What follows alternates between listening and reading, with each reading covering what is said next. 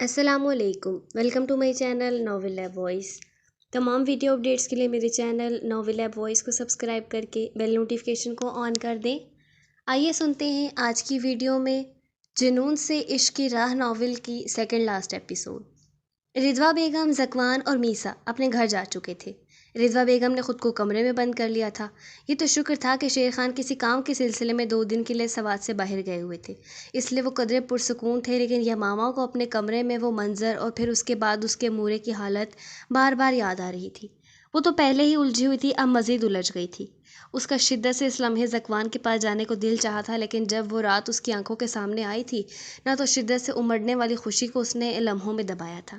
ذکوان حویلی سے اپنے کمرے میں آیا تو میسا چینج کر کے بیڈ پہ جا چکی تھی۔ وہ اب لوشن ہتھیلیوں پر لگا رہی تھی۔ ٹینشن تو اسے بھی ہوئی تھی۔ رضویٰ بیگم کی حالت دیکھ کر وہ قدم قدم چلتا آیا اور بیڈ پر جوتوں سمیت ڈھیر ہو گیا۔ مورے سو گئی ہیں کیا؟ اس نے آنکھیں بند کیے ہی میسا سے پوچھا۔ جی ابھی سلا کے آئی ہوں، مشکل سے ہی سوئی ہیں۔ جائیں فریش ہو کر ریسٹ کریں، تھکے تھکے لگ رہے ہیں۔ اس نے لوشن کی بوتل واپس سائڈ ٹیبل پر رکھتے ہوئے نرمی سے کہا، جس پر وہ آنکھیں کھول کر کوہنی کے بل بیٹھ گیا اور میسا کی جانب دیکھنے لگا۔ تھکا ہوا تو ہوں، اب تمہیں دیکھ کر تو ویسے ہی میری تھکاوٹ اتر جاتی ہے، وہ گھمبیر خمار آلود لہجے میں اس سے کہہ رہا تھا۔ میسا کو تو خوف سا ہی محسوس ہوا تھا آج اس سے۔ میں 5 منٹ میں آ رہا ہوں، یہاں سے ہلنا مت تم۔ وہ اسے انگلی دکھاتے ہوئے وارن کر کے وارڈروب سے کپڑے لے کر واش روم میں چلا گیا۔ اس سے پہلے کہ واپس آئے جلدی سے سو جاتی ہوں، آج اس کی طبیعت ٹھیک نہیں لگ رہی مجھے۔ وہ جلدی سے منہ پر کمفرٹر رکھ کر سونے کے لیے لیٹی تھی۔ اسے لیٹے تھوڑی ہی دیر ہوئی تھی، لیکن اسے نیند نہ آ رہی تھی۔ اس کا دل زور زور سے دھڑک رہا تھا۔ وہ اپنی دھڑکن پر قابو پانے کی کوشش کر ہی رہی تھی کہ واش روم کا دروازہ کھلنے کی آواز آئی۔ وہ دم سادے وہیں لیٹی رہی۔ اس نے باہر نکل کر اس کے منہ پر کمفرٹر ڈال کر لیٹا دیکھا تو بے ساختہ مسکرایا۔ بڑی چلاک ہے، پر میں بھی دیکھتا ہوں آج کیسے بچتی ہے یہ مجھ سے۔ وہ مسکرا کر بیڈ کی جانب بڑھا اور دوسری طرف آ کر لیٹ گیا تھا۔ وہ لیٹا تو اس نے اپنی دوسری جانب دیکھا جہاں وہ لیٹی ہوئی تھی۔ میں نے تم سے کہا تھا نا یہاں سے آنے تک ہلنا مت۔ اس نے بازو سے تھام کر اپنی جانب کھینچا تھا۔ میسا اس حملے کے لیے بالکل تیار نہیں تھی۔ اس نے آنکھیں زور سے میچی ہوئی تھیں۔ ذکوان کے کھینچنے پر بھی اس نے آنکھیں نہیں کھولی، بلکہ اور زور سے میچ لیں۔ اس کی اس حرکت پر ذکوان کو جی بھر کر ہنسی آئی تھی۔ وہ اب غور سے اس کے بند آنکھوں والے چہرے کو دیکھ رہا تھا۔ ہاتھ بڑھا کر اس نے اس کی نوز پن والی ناک چھوئی تھی جو وہ ہمیشہ چھوتا تھا۔ تمہیں کسی نے بتایا نہیں کہ تم کتنی کیوٹ ہو؟ وہ اس پر جھک کر اب اس سے پوچھ رہا تھا۔ میسا کو تو اپنا دم نکلتا ہوا محسوس ہو رہا تھا، لیکن وہ ابھی اپنے نام کی ایک ہی تھی۔ بتایا ہے نا؟ اس نے بڑے آرام سے آنکھیں بند کی اس سے کہا تھا۔ اب وہ مکمل طور پر اس کی گرفت میں تھی۔ کہ اس کی اتنی جرأت ہے جو تمہیں یہ کہتا رہا ہے کہ تم کیوٹ ہو؟ وہ بس اپنی اصلی جارحانہ موڈ میں بس آنے ہی والا تھا۔ ارے ابھی آپ نے ہی تو بتایا نا مجھے کہ میں کتنی کیوٹ ہوں۔ وہ معصومیت کی انتہا پر تھی۔ اس کی بات سن کر ذکوان کو بے ساختہ اس پر پیار آیا تھا۔ بہت تیز ہو مسز ذکوان، ابھی بتاتا ہوں تمہیں۔ وہ اس پر جھک رہا تھا۔ میسا پیچھے ہونا چاہ رہی تھی، لیکن اس کی گرفت مضبوط تھی۔ تیز نہ ہو تو مسز ذکوان کون کہے مجھے؟ اس نے بھی کوئی حساب باقی نہ رکھا تھا۔ اچھا جی، ہماری بلی اور ہم ہی کو میاؤں، وہ ہنستے ہوئے اس سے کہہ رہا تھا۔ میسا تو اس کی ہنسی کے لیے ویسے ہی سب کچھ کر سکتی تھی، پھر ایک خود کو اس کا کرنے میں کیا حرج تھا؟ وہ لمحے میسا اور ذکوان کی زندگی کے سب سے خوبصورت ترین لمحے تھے۔ زندگی دونوں کی ازلی خوشیاں دیکھ کر مسکرا رہی تھی۔ سنا ہے محبت کرتے ہو لاجواب تم، لو ہم نے دے دیا دل، دیکھتے ہیں اس کا کیا حال کرتے ہو تم۔ صبح صبح ورشہ کے وقت اس کی بلیک ہیلکس خان حویلی کے پورچ میں داخل ہوئی تھی۔ ہر طرف سناٹوں کا راج تھا۔ وہ بہت تھکا ہوا تھا، اس لیے فی الحال نہ تو دارجی سے ملنے کا موڈ تھا اور نہ کسی اور سے سامنا کرنے کا۔ وہ گاڑی پورچ میں پارک کر کے اترنے ہی والا تھا جب اس کی نظر ساٹھ والی سیٹ پر سوئی ہوئی انبہاج پر پڑی۔ وہ اسے جگانا چاہتا تھا، مگر چاہ کر بھی وہ ایسا کر نہ پایا۔ پورچ میں چوکیدار اور ڈرائیور موجود تھے۔ اس نے پہلے چادر سے اچھی طرح اس کا چہرہ ڈھکا اور پھر اپنی طرف کا دروازہ کھول کر باہر نکلا۔ باہر نکل کر اس نے چابی ڈرائیور کی طرف اچھالی اور اسے سامان باہر نکالنے کا کہہ کر خود اس کی جانے والے دروازے پر آیا۔ دروازہ کھول کر ایک نظر اس کے سوئے ہوئے وجود پر ڈالی، پھر آگے بڑھ کر اسے اپنے بازوؤں میں اٹھا لیا۔ پاؤں مار کر اس نے گاڑی کا دروازہ بند کیا اور حویلی کے صدر دروازے سے سیدھا اندر داخل ہو گیا۔ وہ مردان خانے سے گزرنے کے بجائے زنان خانے میں سے گزرا تھا۔ اسے خدشہ تھا کہ کہیں مردان خانے میں اسے دارجی نہ مل جائے، لیکن جب وہ زنان خانے میں داخل ہوا تو سامنے ہی اسے اپنی موریں تسبیح کرتی نظر آ گئیں۔ وہ جانتا تھا اب سوالات کی بوچھاڑ شروع ہو جائے گی۔ وہ کسی قسم کے سوال کا جواب نہیں دینا چاہتا تھا، اس لیے وہ سلام کر کے اندر جانا چاہتا تھا، لیکن اس کے مورے کی آنکھیں کھلیں اور وہ اسے سامنے دیکھ کر خوشی سے حیران رہ گئی۔ بخیر اگلے مورے، میرا شہزادہ آ گیا، پشتو۔ اس نے جھک کر ان سے پیار لیا۔ اسے کیا ہوا بچے، تبھی تو ٹھیک ہے نا؟ انہوں نے اس کے بازو میں سوئی ہوئی انبہاج کی جانب اشارہ کر کے پوچھا تھا۔ جی ٹھیک ہے، بس سوئی ہوئی تھی، میں نے جگانا مناسب نہیں سمجھا۔ اچھا بچے، وہ میں کہہ رہی تھی کہ مورے پلیز ابھی کچھ مت پوچھے، میں آپ کے سارے سوالوں کا جواب دوں گا، لیکن ابھی مجھے سونا ہے، میں ڈرائیو کر کے بہت تھکا ہوا ہوں۔ اس نے ان کی بات بیچ میں ہی کاٹ دی تھی۔ لیکن بچے دارجی، انہوں نے وہ کہہ ہی دیا جو انہیں کتنے دنوں سے بے چین کر رہا تھا۔ اس نے بات سن کر ایک گہرا سانس بھرا تھا۔ کچھ نہیں ہوتا، یو جسٹ ریلیکس، میں دیکھ لوں گا، آپ کو فکر مند ہونے کی ضرورت نہیں ہے۔ اس نے ان کی پریشانی کو کم کرنے کی حتی الامکان کوشش کی تھی۔ اب میں جاؤں پلیز، بازو تھک گئے میرے سے اٹھا کر۔ ہاں جاؤ۔ انہوں نے مسکرا کر اسے جانے کی اجازت دی تو وہ سیڑھیاں عبور کر گیا۔ اس کے جانے کے بعد جہاں وہ اس کے آنے پر پرسکون ہوئی تھیں، وہیں دارجی کے رد عمل کا سوچ کر پریشان بھی ہو رہی تھیں۔ اس نے کمرے کا دروازہ پاؤں مار کر ہی کھولا تھا کیونکہ وہ لاک نہیں تھا۔ اندر نیم اندھیرا تھا۔ اس کے کمرے کی ہر چیز ویسے کی ویسی تھی جیسی وہ چھوڑ کر گیا تھا۔ اس نے جلدی سے انبہاج کو بیڈ کے ایک طرف لٹایا، لیکن اس کے پاؤں میں کھسا تھا۔ درار نے گہرا سانس بھر کر اس کے خوبصورت پیروں کو کھسے کی قید سے آزاد کیا۔ بلا شبہ اس کے پاؤں بہت حسین تھے۔ اس نے اس کے اوپر کمفرٹر ڈالا اور خود اپنی شال اتار کر صوفے پر پھینکی اور ادھر ہی اس کے ساتھ دوسری طرف ڈھیر ہو گیا۔ وہ حقیقتاً بہت زیادہ تھکا ہوا تھا، اتنا کہ لیٹتے ہی وہ گہری نیند میں چلا گیا تھا۔ انبہاج بھی پوری رات سوتی جاگتی کیفیت میں ہی رہی تھی تو وہ بھی اس وقت سکون سے سو رہی تھی۔ دونوں کی آنکھ تب کھلی جب باہر سے پہلے شور کی آواز اور پھر کمرے کا دروازہ کھٹکنے کی آواز آئی۔ پہلے انبہاج کی آنکھ کھلی کیونکہ وہ نیند کی کچی تھی، جبکہ درار کی نیند گہری تھی اور وہ کچھ تھکا ہوا بھی تھا، جس کے باعث وہ بہت سکون سے سو رہا تھا۔ انبہاج نے ایک نظر ساتھ سوئے ہوئے درار سنان خان پر ڈالی اور دوسری نظر کھٹکتے ہوئے دروازے پر۔ باہر کے ازلی شور سے اندازہ ہو گیا تھا کہ یہ دروازہ کیوں کھٹک رہا ہے۔ وہ خود تو دروازہ کھولنے کی ہمت نہیں کر سکتی تھی، اس لیے اسے اٹھانے کے بارے میں سوچا۔ سنیں، اس نے اسے دھیرے سے مخاطب کیا تھا، لیکن وہ ویسے ہی بے سود پڑا رہا۔ دروازہ ایک بار پھر زور سے کھڑکا تھا۔ انبہاج نے اب کی بار اسے آواز دینے کے بجائے زور سے ہلایا تھا۔ کیا پرابلم ہے، سونے دو مجھے، اس نے نیند میں ڈوبی ہوئی آواز میں ہی اس سے کہا تھا۔ بہر بہت شور ہو رہا ہے زیادہ اور دروازہ بج جائے، مجھے لگ رہا ہے دارجی کو ہمارے آنے کی خبر ہو گئی ہے۔ وہ اپنے تئیں بالکل صحیح اندازہ لگا رہی تھی۔ اس کی بات سن کر درار جھٹ سے اٹھا۔ جب حواس تھوڑے بحال ہوئے تو ساری بات سمجھ میں آ گئی تھی۔ اس نے کہا، آپ کمرے میں ہی رہیں، میں دیکھتا ہوں باہر جا کر، پلیز آپ نے دروازہ نہیں کھولنا۔ وہ بیڈ سے اٹھ کر بالوں میں ہاتھ چلاتا ہوا دروازے کی جانب بڑھا۔ ہاتھ بڑھا کر دروازہ کھولا تو سامنے گل بانو کھڑی تھی۔ خان جی، دارجی بلا رہے ہیں آپ کو مردان خانے میں۔ تھوڑا آہستہ دروازہ نہیں کھٹکھٹا سکتی تھی تم؟ پوری حویلی سر پر اٹھا لی تم نے۔ اس کا اطمینان قابل دید تھا۔ اس نے گلبانو کو اچھی خاصی سنا دی، جس پر وہ بیچاری سٹ پٹا گئی تھی۔ معاف کیجیے خان جی، مگر دارجی کا حکم تھا کہ دروازہ زور سے بجاؤ۔ جاؤ تم اور کہہ دو دارجی سے کہ میں آ رہا ہوں۔ وہ جی اچھا کہہ کر پلٹ گئی، جبکہ وہ دروازہ بند کر کے بالوں میں ہاتھ چلاتا اندر آ گیا۔ اب ہم کیا کریں گے، دارجی تو بہت غصے میں ہوں گے۔ انبہاج جو کب سے بیڈ گراؤنڈ سے ٹیک لگائے بیٹھی تھی، اس سے مخاطب ہوئی۔ کریں گے کیا، کچھ بھی نہیں کریں گے، زیادہ سے زیادہ کیا کر لیں گے دارجی، حویلی سے نکال دیں گے، اور ایسا میں ہونے نہیں دوں گا۔ آپ ٹینشن مت لیں، میں سب ہینڈل کر لوں گا۔ آپ فریش ہوں، میں ذرا پیشی بھگتا کر آتا ہوں۔ ایسی سچویشن میں آپ کو مذاق سوچ رہا ہے؟ وہ بے حد خوفزدہ تھی اور درار کو اس کا اندازہ ہو گیا تھا۔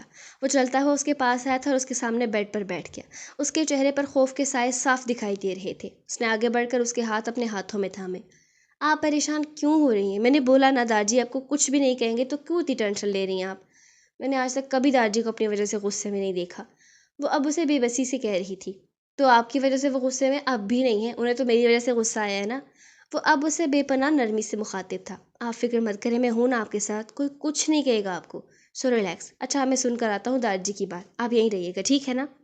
وہ اس کی طرف ایسے دیکھ رہا تھا جس کی ناک رونے کے باعث کچھ سرخ ہو گئی تھی۔ اس نے اس بات میں سر ہلایا تو وہ اس کے گال تھپک کر دروازے کی جانب بڑھ گیا۔ دروازہ کھول کر نیچے آیا تو مردان خانے میں حسب توقع عدالت لگی ہوئی تھی اور دارجی جلی بلی کے پیر کی مانند ادھر ادھر چکا لگا رہے تھے۔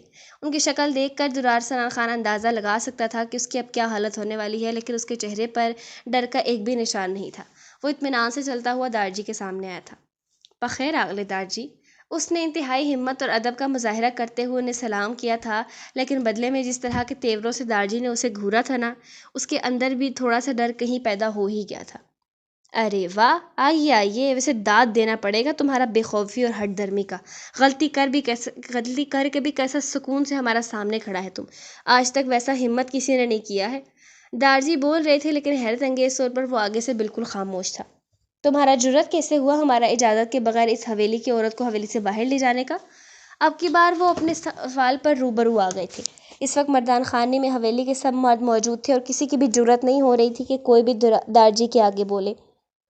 ادھام کا شدت سے دل چاہ رہا تھا کہ وہ دارجی کے آگے جا کر بولے، آخر وہ بھی تو اتنے سالوں سے یہی سب کچھ برداشت کر رہا تھا۔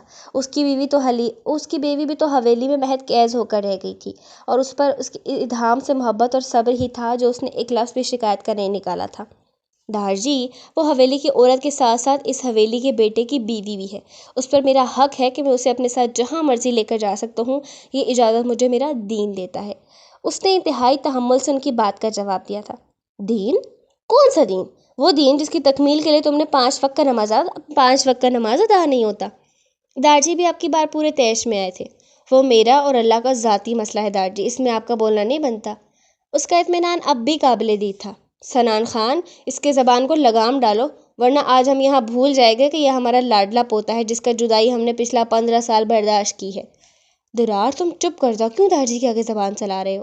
سنان اشمل خان نے اسے تنبیہ کرتی نگاہوں سے سمجھانے کی کوشش کی تھی۔ کیوں چپ کر جاؤں بابا جان؟ میں کیوں خاموش ہو جاؤں؟ بتائیں میرا کیا قصور ہے؟ میں نے کیا کیا ہے جو یہاں عدالت لگی ہے میری؟ زنان خانے میں بھی بی بی جان سمیت سب خواتین دم سادھے مردان خانے میں ہونے والی گفتگو سن رہی تھی۔ البتہ ام بہاج ابھی بھی اپنے کمرے میں ہی تھی۔ انتصارہ، بچے جاؤ جا کر بی بی کو بلاؤ۔ جی بورے، میں ابھی بلاتی ہوں۔ وہ اوپر سیڑھیاں چڑھ کر اس کے کمرے میں پہنچی تو وہ بیڈ پر ایک طرف خوف سے بیٹھی ہوئی تھی۔ اس کا چہرہ آنسوں سے تر تھا۔ بی بی، انتصارہ اسے پکار کر اس کی جانب بڑھی تھی۔ ام بہاج انتصارہ کے گلے لگی اور پھر وہ جو روئی تو انتصارہ کو اسے سنبھالنا مشکل ہو گیا۔ بس بی بی، آپ کو رشتہ زنان خانے میں مورے بلا رہی ہیں، آپ چلے، سچویشن ٹھیک نہیں ہے۔ کیا مطلب ہے انتصارہ اس بات کا؟ اس نے خوف سے ایک بار پھر پوچھا۔ چلیں تو سب پتہ چل جائے گا۔ وہ اپنا دوپٹہ درست کرتی اس کے ساتھ نیچے زنان خانے میں آ گئی، جہاں درار کی آواز اس کے کانوں میں پڑی اور وہ اپنی جگہ ساکت رہ گئی۔ بس بابا جان، آپ روایت کے بندے ہوئے ہوں گے لیکن میں نہیں ہوئی روایت کا قیدی، جہاں انسان اپنی مرضی سے سانس بھی نہیں لے سکتا۔ پہلے حکم صادر کر کے انہوں نے مجھے باہر سے بلوا لیا، حالانکہ میں پاکستان نہیں آنا چاہتا تھا۔ پھر انہوں نے میرے آتے ہی اپنی پوتی سے میری شادی کا حکم دے دیا اور میرے انکار کرنے پر مجھے مفت کا بلیک میل کیا۔ شادی کر لی، اب باہر لے کر گیا ہوں تو حویلی کی عورت کو باہر لے جانے کی جرأت کیسے ہوئی میری؟ یہ سوال کیا جا رہا ہے مجھ سے۔ بکواس بند کرو تم اپنا، سالوں سال ہو گئے اس حویلی کا عورت کو باہر دہلیز عبور کیے، صرف یہ تمہارا بیوی کے ضد کرنے پر ہم نے سخت پردے میں پڑنے کا اجازت دیا، لیکن اس کا ہرگز مطلب یہ نہیں تھا کہ وہ اپنی حد بھول جائے۔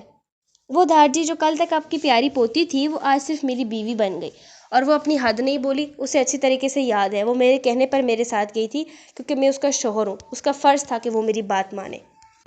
وہ آج ایک انچاہی عورت کی طرفداری کر رہا تھا، وہ انچاہی عورت جو اس کی بیوی تھی، جس کے حدود میں ہونے کا اعلان وہ آج اس قبیلے کے سردار کے سامنے سر اٹھا کر رہا تھا۔ زنان خانے میں جالیوں کے ساتھ لگی ام بہاج اس کے ساتھ ہونے پر فخر کرتی یا افسوس، اسے سمجھ میں نہیں آ رہا تھا۔ وہ ہمارا پوتی آج بھی ہے، لیکن اب وہ ہمارا پوتی سے زیادہ تمہارا بیوی ہے۔ دارجی بھی کہاں پیچھے رہنے والے تھے۔ تو پھر ٹھیک ہے نا، اس طرح تو وہ اس حویلی کی بیٹی ہونے سے پہلے بھی میری بیوی ہے، حق رکھتا ہوں میں اس پر۔ دیکھو درار، روایت کی پاسداری کرنے والے تم تنہا نہیں ہو یہاں، اپنے ارد گرد نظر گھما کر دیکھو، یہاں کھڑا ہر نفس ان روایت کی زنجیروں میں جکڑا ہوا ہے۔ سالک اشمل خان نے بھی اسے سمجھایا تھا۔ خاموش ہو جاؤ تم سب۔ دارجی نے ہاتھ کے اشارے سے سب کو خاموش رہنے کے لیے کہا تھا۔ تم قبیلے کے سردار کا پوتا ہے، وہ بھی وہ پوتا جو روایت کی زنجیروں سے ہر وقت نکلنے کی کوشش کرتا ہے، تو ٹھیک ہے، غلطی تم نے کیا ہے، اب اس کا سزا بھی تم بھگتو گے۔ ہم اپنی زندگی میں سب برداشت کر سکتا، لیکن روایت کی خلاف ورزی نہیں، اس لیے تمہیں سزا ملے گی۔ سزا کے نام پر ام بہاج اندر تک کانپ گئی تھی۔ دارجی کی سزائیں کس قسم کی ہوتی ہیں وہ اچھے سے واقف تھی، لیکن درار ان سزاؤں کے الف سے بھی واقف نہیں تھا، اور یہی چیز اسے لرزانے کے لیے کافی تھی۔ نہیں بی جان، روکیں دارجی کو، انہیں کہیں کہ درار کو کوئی سزا مت سنائیں، آپ اچھے سے جانتی ہیں دارجی کی سزاؤں کو، پلیز روکیں انہیں۔ وہ اب ہاتھ جوڑے بی جان کے سامنے کھڑی تھی۔ کس کے لیے وہ منت کر رہی تھی؟ اپنے اس شوہر کے لیے، اپنے اس عشق کے لیے جو اسے ایک انچاہی عورت سے زیادہ کچھ تصور ہی نہیں کرتا تھا۔ پھر وہ کیوں اس کی فکر میں گھل رہی تھی؟ ایک بار پہلے بھی اس نے اس شخص کی خاطر خود کو بے مول کیا تھا، اور آج پھر وہ اس کو بچانے کے لیے ہاتھ جوڑے کھڑی تھی۔ لاڈلے پوتے کے لیے سزا کا لفظ سن کر تو بی جان بھی اندر سے کانپی تھی۔ انہوں نے ام بہاج کی تڑپ دیکھی تھی، لیکن وہ اس لمحے اپنے آپ کو حد سے زیادہ بے بس محسوس کر رہی تھی۔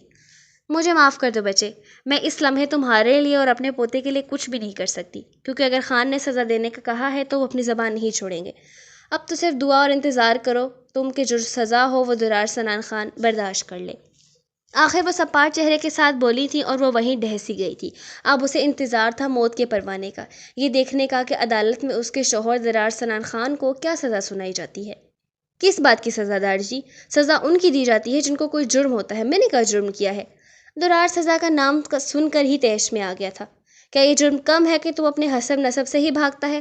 تم ہمارا سامنے کھڑا ہو کر ہمارے جذبات کا اندازہ لگا لیتا ہے نا، تو کتنا مزہ ہے جب ہم تمہارا سامنا کھڑا ہو کر تمہارا جذبات کا اندازہ لگا سکے۔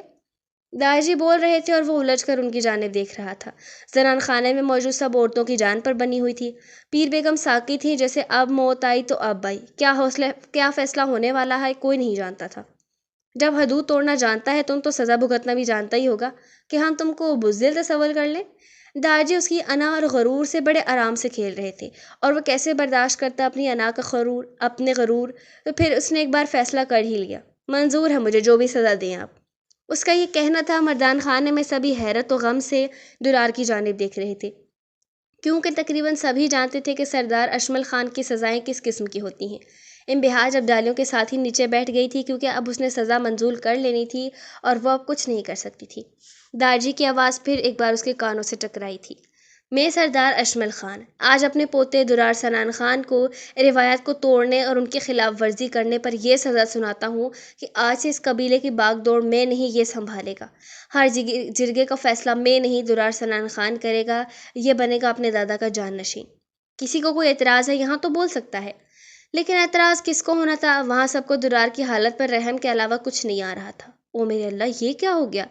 پیر بیگم سر پکڑ کر بیٹھ گئی تھی، باقیوں کی حالت بھی ان سے مختلف نہ تھی۔ یہ پگڑی آج سے تمہارا ہوا، اب تم سردار درار سنان خان ہے۔ انہوں نے اپنے سر سے پگڑی اتار کر اس کے سر پر رکھ دی، جو ایسے کھڑا تھا جیسے یہ سب اس کی جگہ کسی اور کے ساتھ ہو رہا ہے۔ اب ہم دیکھے گا تم اس پگڑی کی لاج کتنی رکھتا ہے اور کتنی روایت سے نظریں چراتا ہے۔ جو سزا اشمل خان نے اسے سنائی تھی وہ اس کے علاوہ تقریباً سب جانتے تھے کہ یہ کتنی اذیت ناک ہے۔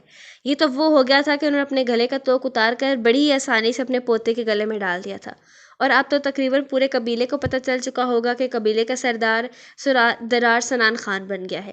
اس کے سر پر پگڑی پہنا کر میدان خانے سے جانے لگے کہ انہوں نے محجب کو مخاطب کر لیا۔ محجب بچے، جی دار جی، جاؤ جا کر سلطان سے کہو کہ پورے قبیلے میں اعلان کرے کہ سردار اشمل خان نے اپنا جانشین منتخب کر لیا ہے۔ یہ کیا ہو رہا تھا؟ انبہاج کی سمجھ سے بالا تر تھا۔ درار کو قبیلے کا سردار بنا دیا گیا تھا اور وہ اچھے سے جانتی تھی کہ سردار بننے کا مطلب کیا ہوتا ہے، اور اب تو ایک پتھر دل انسان کو ایک اور پتھر پہنا دیا گیا تھا، جس کا استعمال کیسے کرنا ہے وہ وثوق سے کہہ سکتی تھی کہ جانتا ہوگا، کیونکہ وہ خاموش تھا۔ اس لمحے اس میں ایک بھی آواز نہیں آ رہی تھی۔ حالات کسی اور نہج پر کھڑے ہو گئے تھے۔ بلا شبہ دارجی نے خود اپنا جانشین منتخب کرنا تھا، مگر وہ درار ہوگا یہ کسی کے وہم و گمان میں بھی نہیں تھا۔ انتصارہ، اس نے ہولے سے انتصارہ کو پکارا تھا، مجھے میرے کمرے میں لے جاؤ۔ اس نے سپاٹ تاثرات کے ساتھ کہا تھا، چلیں بی بی۔ وہ اسے سہارا دے کر اوپر اس کے کمرے میں لے آئی اور بیڈ پر بٹھا دیا۔ آپ ٹھیک ہیں بی بی؟ اس نے تشویش سے پوچھا تھا، کیونکہ اس کی حالت انتصارہ کو کسی طور بھی ٹھیک نہیں لگ رہی تھی۔ آپ مجھے ٹھیک نہیں لگ رہی ہیں۔ میں ٹھیک ہوں، مجھے کیا ہونا ہے؟ وہ اپنے سامنے بیڈ شیٹ کے ڈیزائن کو گھورتے ہوئے اس سے کہہ رہی تھی۔ بی بی، آپ کیوں چلی گئی تھی؟ میں نے آپ کو بہت مس کیا۔ وہ بھی اب اس کے پاس بیڈ پر ہی بیٹھ گئی تھی۔ کیسے نہ جاتی، اس نے مجھے کہا تھا چلنے کے لیے۔ وہ جو بھی کہیں گے چاہے غلط ہی کیوں نہ ہو، آپ مان لیں گی؟ اس نے حیرت سے سوال کیا تھا۔ نہیں، ساری نہیں، صرف وہ جو ماننے والی ہوں گی۔ آپ نے ناشتہ کیا؟ مجھے بھوک نہیں ہے۔ تم جاؤ اور لائٹ آف کرتی جانا، مجھے کسی سے نہیں ملنا فی الحال۔ لیکن بی بی کچھ کھا تو لیں۔ کہاں نہ جاؤ، شاباش، تم کرو ناشتہ، جب بھوک ہوگی تو میں کھا لوں گی۔ اب اس نے قدرے نرم لہجے میں اس سے کہا تھا۔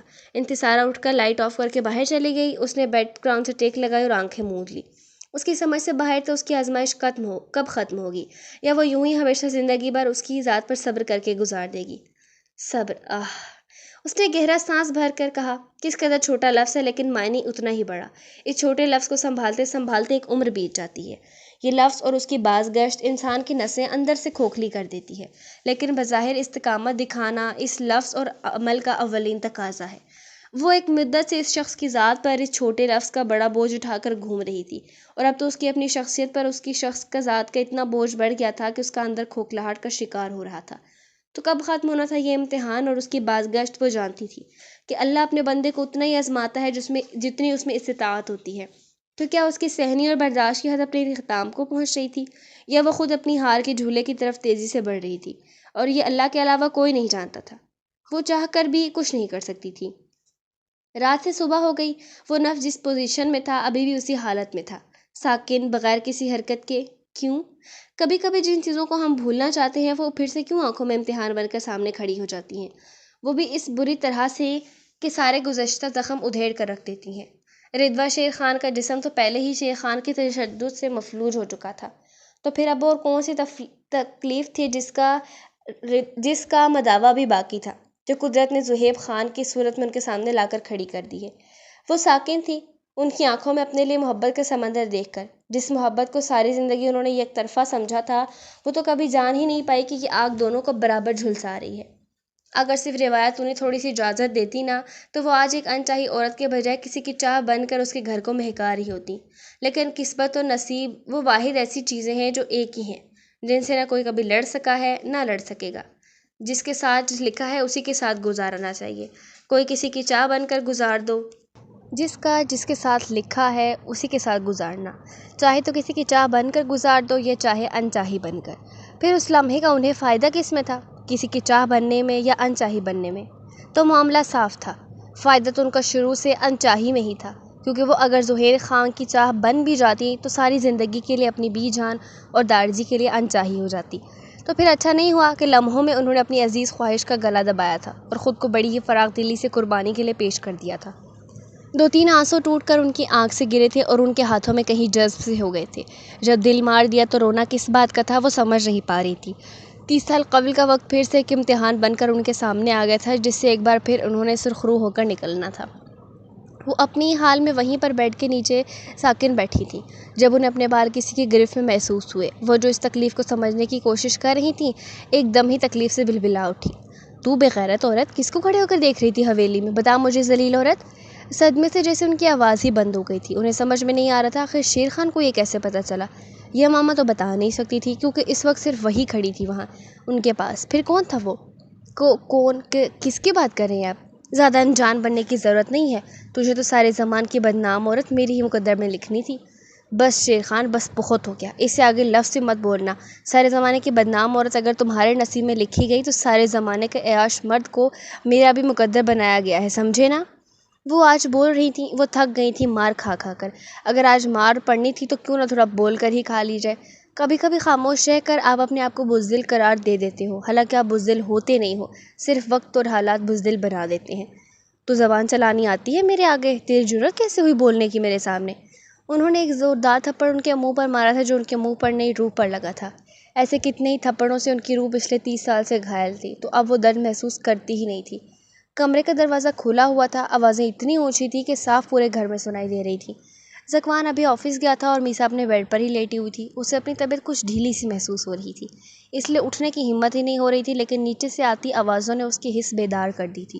وہ اپنے بستر سے اپنے دوپٹہ لیتی، بال جوڑے کی شکل میں لپیٹتی نیچے آئی۔ اس وقت وہ اکیلی تھی۔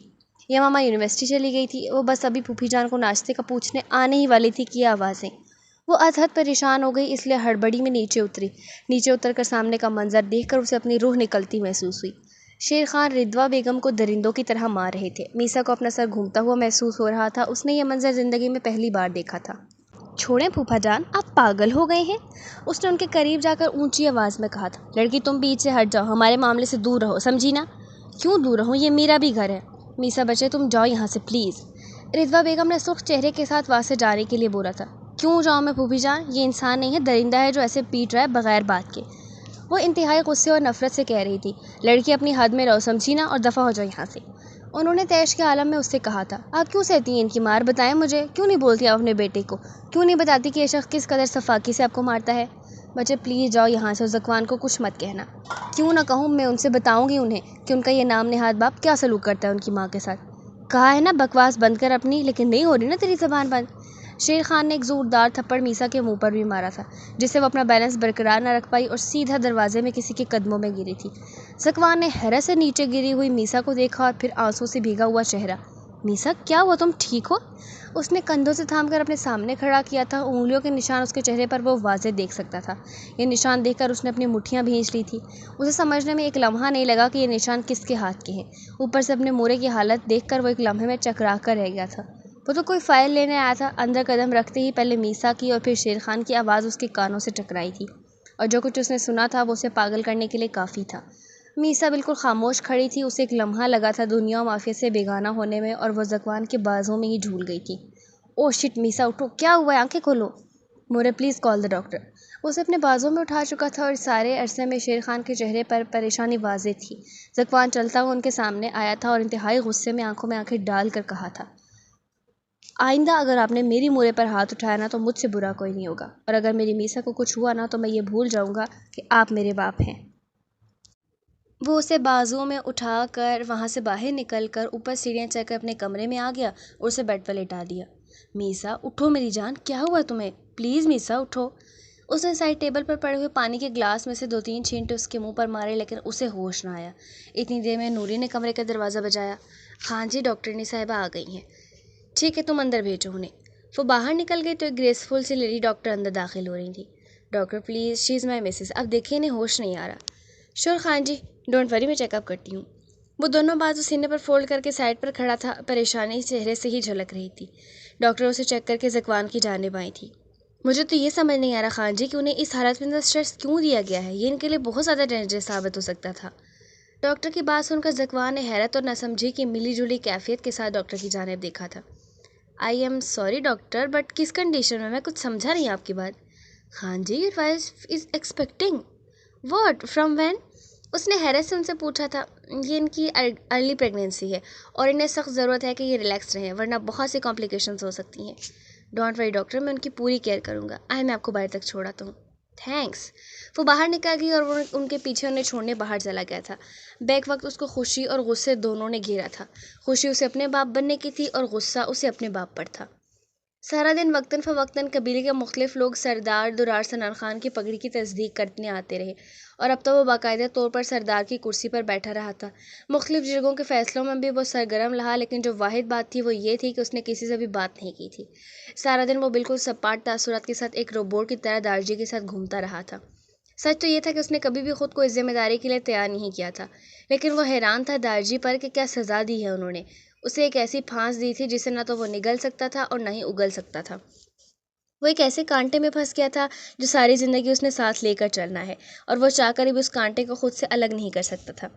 رات 10 بجے حویلی کی ساری لائٹ آف ہوئی تو اس نے بھی کمرے کا رخ کیا. سارا دن اسے امبہاج نہ تو کمرے سے باہر نکلی تھی اور نہ ہی اس نے کچھ کھایا تھا. وہ دروازہ کھول کر اندر داخل ہوا تو وہ عشاء کی نماز پڑھ کر جائے نماز طے کر رہی تھی.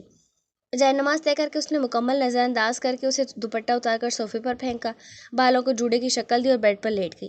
تب تک وہ فریش ہو کر واش روم سے باہر آ گیا تھا. اس نے اپنی رسٹ واچ کھول کر سائڈ ٹیبل پر رکھی. وہ کیجول کپڑوں میں ملبوس تھا، گرے ٹراؤزر کے اوپر ٹی شرٹ پہنے، بھورے بال ماتھے سے پیچھے ہٹاتا وہ بیٹھ کر دوسری طرف آ کر لیٹ گیا. وہ حیران تھا. اس نے اس سے کوئی بات نہیں کی، نہ ہی اس کے آنے کے بعد کھانے کا پوچھا، نہ کپڑے نکال کر دیے. اس کا چونکنا لازمی تھا.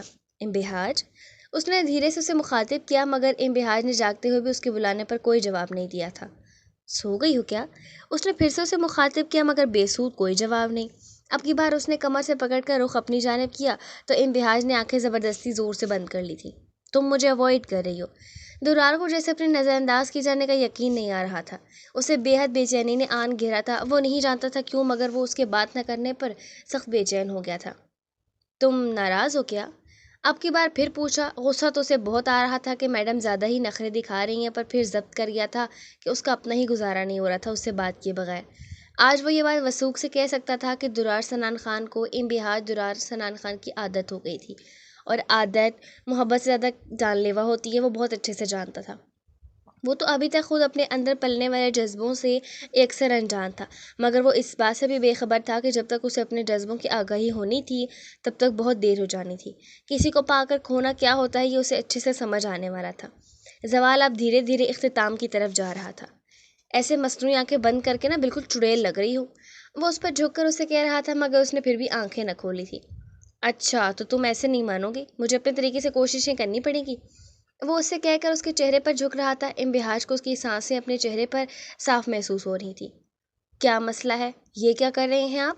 زیادہ خوش ہونے کی ضرورت نہیں، صرف تمہاری توجہ حاصل کر رہا ہوں. وہ بھی بے حد اطمینان بھرے لہجے میں اس سے کہہ رہا تھا.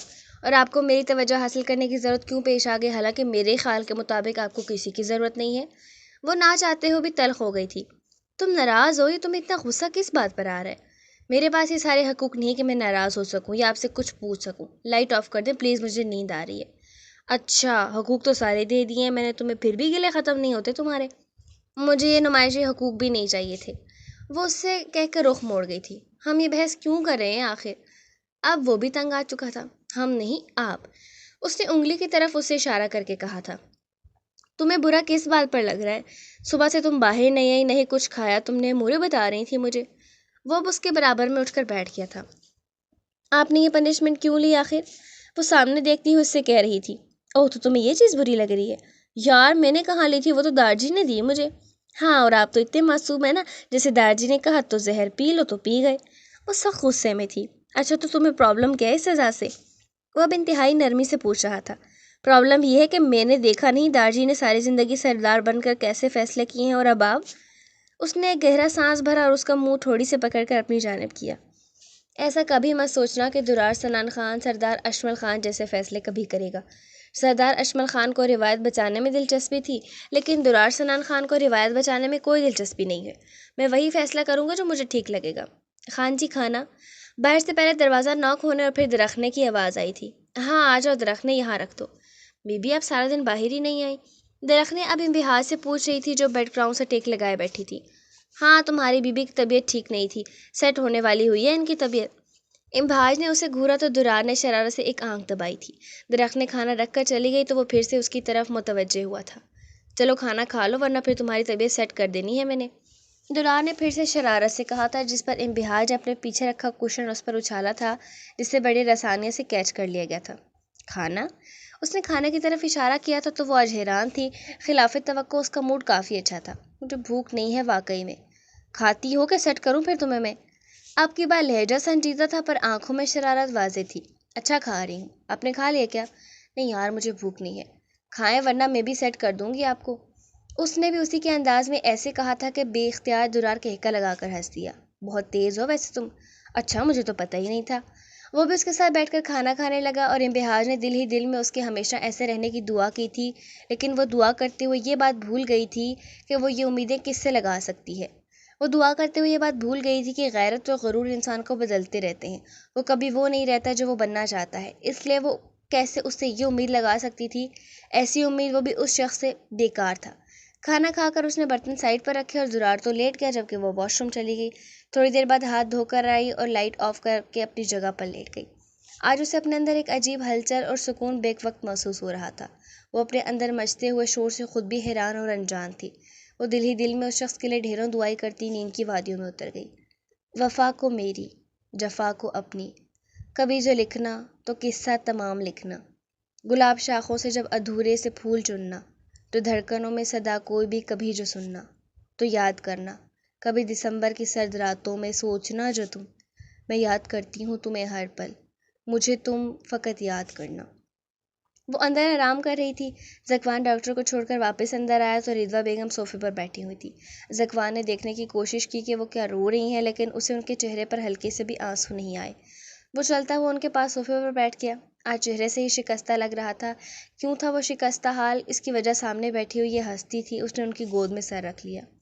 آپ نے پہلے کبھی مجھے کیوں نہیں بتایا کہ بابا جان آپ پر؟ اس نے آگے جملہ ادھورا چھوڑ دیا تھا کیونکہ اس کے اندر ہمت نہیں تھی کہ وہ آگے کچھ بولتا۔ رضویٰ بیگم نے اس کے بالوں میں اپنی نرم مخروطی انگلیاں چلائی تھیں۔ میرا کبھی بھی تم سے ویسا رشتہ ہی نہیں تھا کہ میں تمہیں کچھ بھی بتا پاتی۔ تم ہمیشہ ہی اپنے بابا جان کے زیادہ نزدیک تھے۔ وہ تمہاری ہر جائز ناجائز بات مانتے تھے اور میں ہمیشہ ایک ماں ہونے کا فرض نبھانے کی کوشش میں تمہارے بابا جان کی جوتیاں کھاتی رہی۔ مجھے یہ سمجھ میں نہیں آتا مورے کہ آپ نے کیوں برداشت کیا یہ سب، دھارجی سے کیوں نہیں کہا آخر آپ نے کہ بابا جان آپ کے ساتھ سلوک کیا کرتے ہیں؟ اس کی بات کے جواب میں انہوں نے گہرا سانس بھرا تھا۔ چھوڑو پرانی باتیں، میں بس اتنا جانتی ہوں کہ تم کبھی بھی برے نہیں تھے میرے بچے۔ تمہارے بابا جان نے بے جا حمایت اور ساتھ نے تمہیں برا بنا دیا۔ میں ہمیشہ چاہتی تھی میرا بچہ نرم طبیعت کا مالک اور دوسروں کی مدد کرنے والا، لیکن میرا ایک بھی خواب تمہارے بابا جان کی وجہ سے پورا نہ ہو سکا۔ میں آپ سے بہت محبت کرتا ہوں مورے، اور ہمیشہ سے کرتا تھا۔ بابا جان کے لاڈ پیار نے مجھے کبھی بھی آپ سے غافل نہیں کیا تھا۔ جہاں تک رہی بابا جان کی بات، تو وہ آپ پر ہاتھ اٹھاتے ہوئے یہ کیسے بھول گئے کہ میں انہی کا بیٹا ہوں؟ اتنی آسانی سے تو میں بھی انہیں معاف نہیں کروں گا۔ نہ میرے بچے، وہ بابا ہیں تمہارے، تم ایسا کچھ بھی نہیں کرو گے۔ نہیں مورے، اور نہیں، اگر کوئی شخص اپنی حد بھول جائے نا تو اسے اس کی حد یاد کرانی چاہیے۔ لیکن بچے، پلیز مورے۔ اچھا ایک گڈ نیوز ہے آپ کے لیے۔ Good news? وہ کیا؟ آپ دادی بننے والی ہیں۔ اس کا یہ کہنا تھا رضویٰ بیگم تو خوشی سے نہال ہی ہو گئی تھیں۔ تم سچ کہہ رہے ہو؟ جی بالکل سچ کہہ رہا ہوں۔ ارے واہ ماشاءاللہ، میرا بچہ باپ بننے والا ہے۔ اب تم خود باپ بنو گے تو پھر تمہیں سمجھ آئے گی کہ اولاد کی محبت آخر ہوتی کیا ہے۔ میسا کیسی ہے، اسے چوٹ تو نہیں لگی؟ میری وجہ سے تمہارے بابا نے اسے بھی… آپ فکر مت کریں، وہ بالکل ٹھیک ہے، بس ڈاکٹر کہہ رہی تھی کہ اس نے اسٹریس زیادہ لے لیا ہے اور اس کی کنڈیشن میں اسٹریس ٹھیک نہیں ہے۔ ہاں بچے، تم نے اب اس کا بہت خیال رکھنا ہے، بھول جاؤ پرانی باتیں، اب بس تم یہ سوچو کہ وہ تمہارے بچے کی ماں بننے والی ہے۔ مورے میں تو پہلے ہی سب بھول گیا ہوں، صرف درار کے علاوہ۔ آخری بات اس نے منہ میں کہی تھی، اگر اونچی کہتا تو یقیناً سخت ہی سننے کو ملتی اسے۔ جاؤ تم میسا کو دیکھو جا کر، اسے کچھ چاہیے نہ ہو۔ میں دیکھتا ہوں، آپ بھی ریسٹ کریں۔ اور ہاں، وہ یہ ماما نہیں آئی یونیورسٹی سے ابھی؟ نہیں، بس آنے ہی والی ہے۔ مورے، وہ یہ ماما اور سبھی کی شادی کے بارے میں کیا سوچا پھر آپ نے؟ دارجی نے اس دن بات کی تھی مجھ سے۔ ہاں بچے، مجھے تو کوئی اعتراض نہیں ہے، تمہارے بابا سے بس بات کر لو، پھر کوئی ڈیٹ رکھ لیتے ہیں نکاح کی۔ ان کی بات سن کر وہ تو بھڑک ہی گیا تھا۔ ان سے بات کرنے کی کوئی ضرورت نہیں ہے، اس کا لالا بھی زندہ ہے، آپ ڈیٹ ڈیسائیڈ کر کے دارجی کو انفارم کر دیں۔ ویسے بھی شیر خان صاحب ایسے کسی معاملے میں انٹرسٹڈ نہیں ہوں گے۔ وہ دانستہ انہیں بابا جان کہنے سے اجتناب کر رہا تھا، اس بات سے بے خبر کہ لاؤنج کے دروازے پر کھڑے وہ اس کی اپنے بارے میں گفتگو ملاحظہ کر چکے تھے۔ انہوں نے اپنے لب بھینچ کر اپنے غصے کو کنٹرول کیا تھا۔ بابا جان، سردار اشمل خان کبھی بھی آپ کو اپنی پوتی کا رشتہ نہیں دیں گے، اور پھر جب سے آپ نے انہیں دیکھا ہے آپ بالکل ہی خاموش ہو گئے ہیں۔ کیا میں پوچھ سکتا ہوں آپ اتنے گمسم کیوں ہو گئے تھے؟ اس کی بات کے جواب میں انہوں نے اس کی جانب دیکھا تھا۔ بچے، کبھی کبھی نا انسان اتنا بے بس ہو جاتا ہے کہ چاہ کر بھی اپنی من پسند چیز کو چھو نہیں سکتا، حالانکہ وہ آپ کے بےحد قریب رکھی ہوتی ہے۔ اس طرح کا کچھ میں نے بھی محسوس کیا تھا۔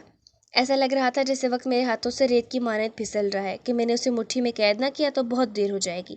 30 سال سے جس چہرے کو اپنے سامنے دیکھنے کی ہمت میں اپنے اندر جمع نہیں کر پایا تھا، آج اچانک 30 سیکنڈ کے لیے میرے سامنے آ گئی، اور میں ابھی اس کے ہونے کا یقین ہی نہیں کر پایا تھا کہ وہ میری نظروں سے اوجھل بھی ہو گئی۔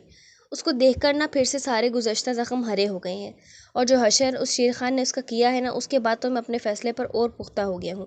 ان روایات کی بازگشت تو اب ختم کرنی ہی ہے، تاکہ کل کو کسی اور رضویٰ کو قربانی کا بکرا نہ بنایا جائے، اور اس کے احساسات بھی رضویٰ شیر خان کی طرح مر نہ جائیں کہیں۔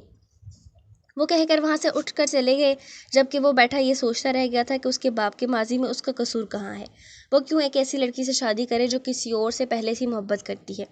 یہ سچ ہے کہ اسے وہ زندگی سے بھرپور لڑکی اچھی لگتی تھی، لیکن وہ یہ بات کبھی بھی نہیں بھولتا تھا کہ وہ محجب سنان خان کے لیے سانس لیتی ہے۔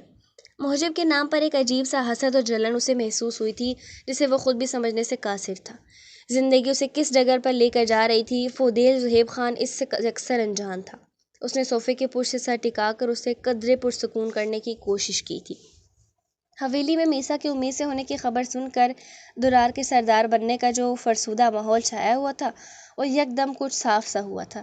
پلوشے کی ڈیلیوری میں بھی بس 1 مہینہ رہ گیا تھا، اس لیے وہ مکمل طور پر بیڈ ریسٹ پر تھی۔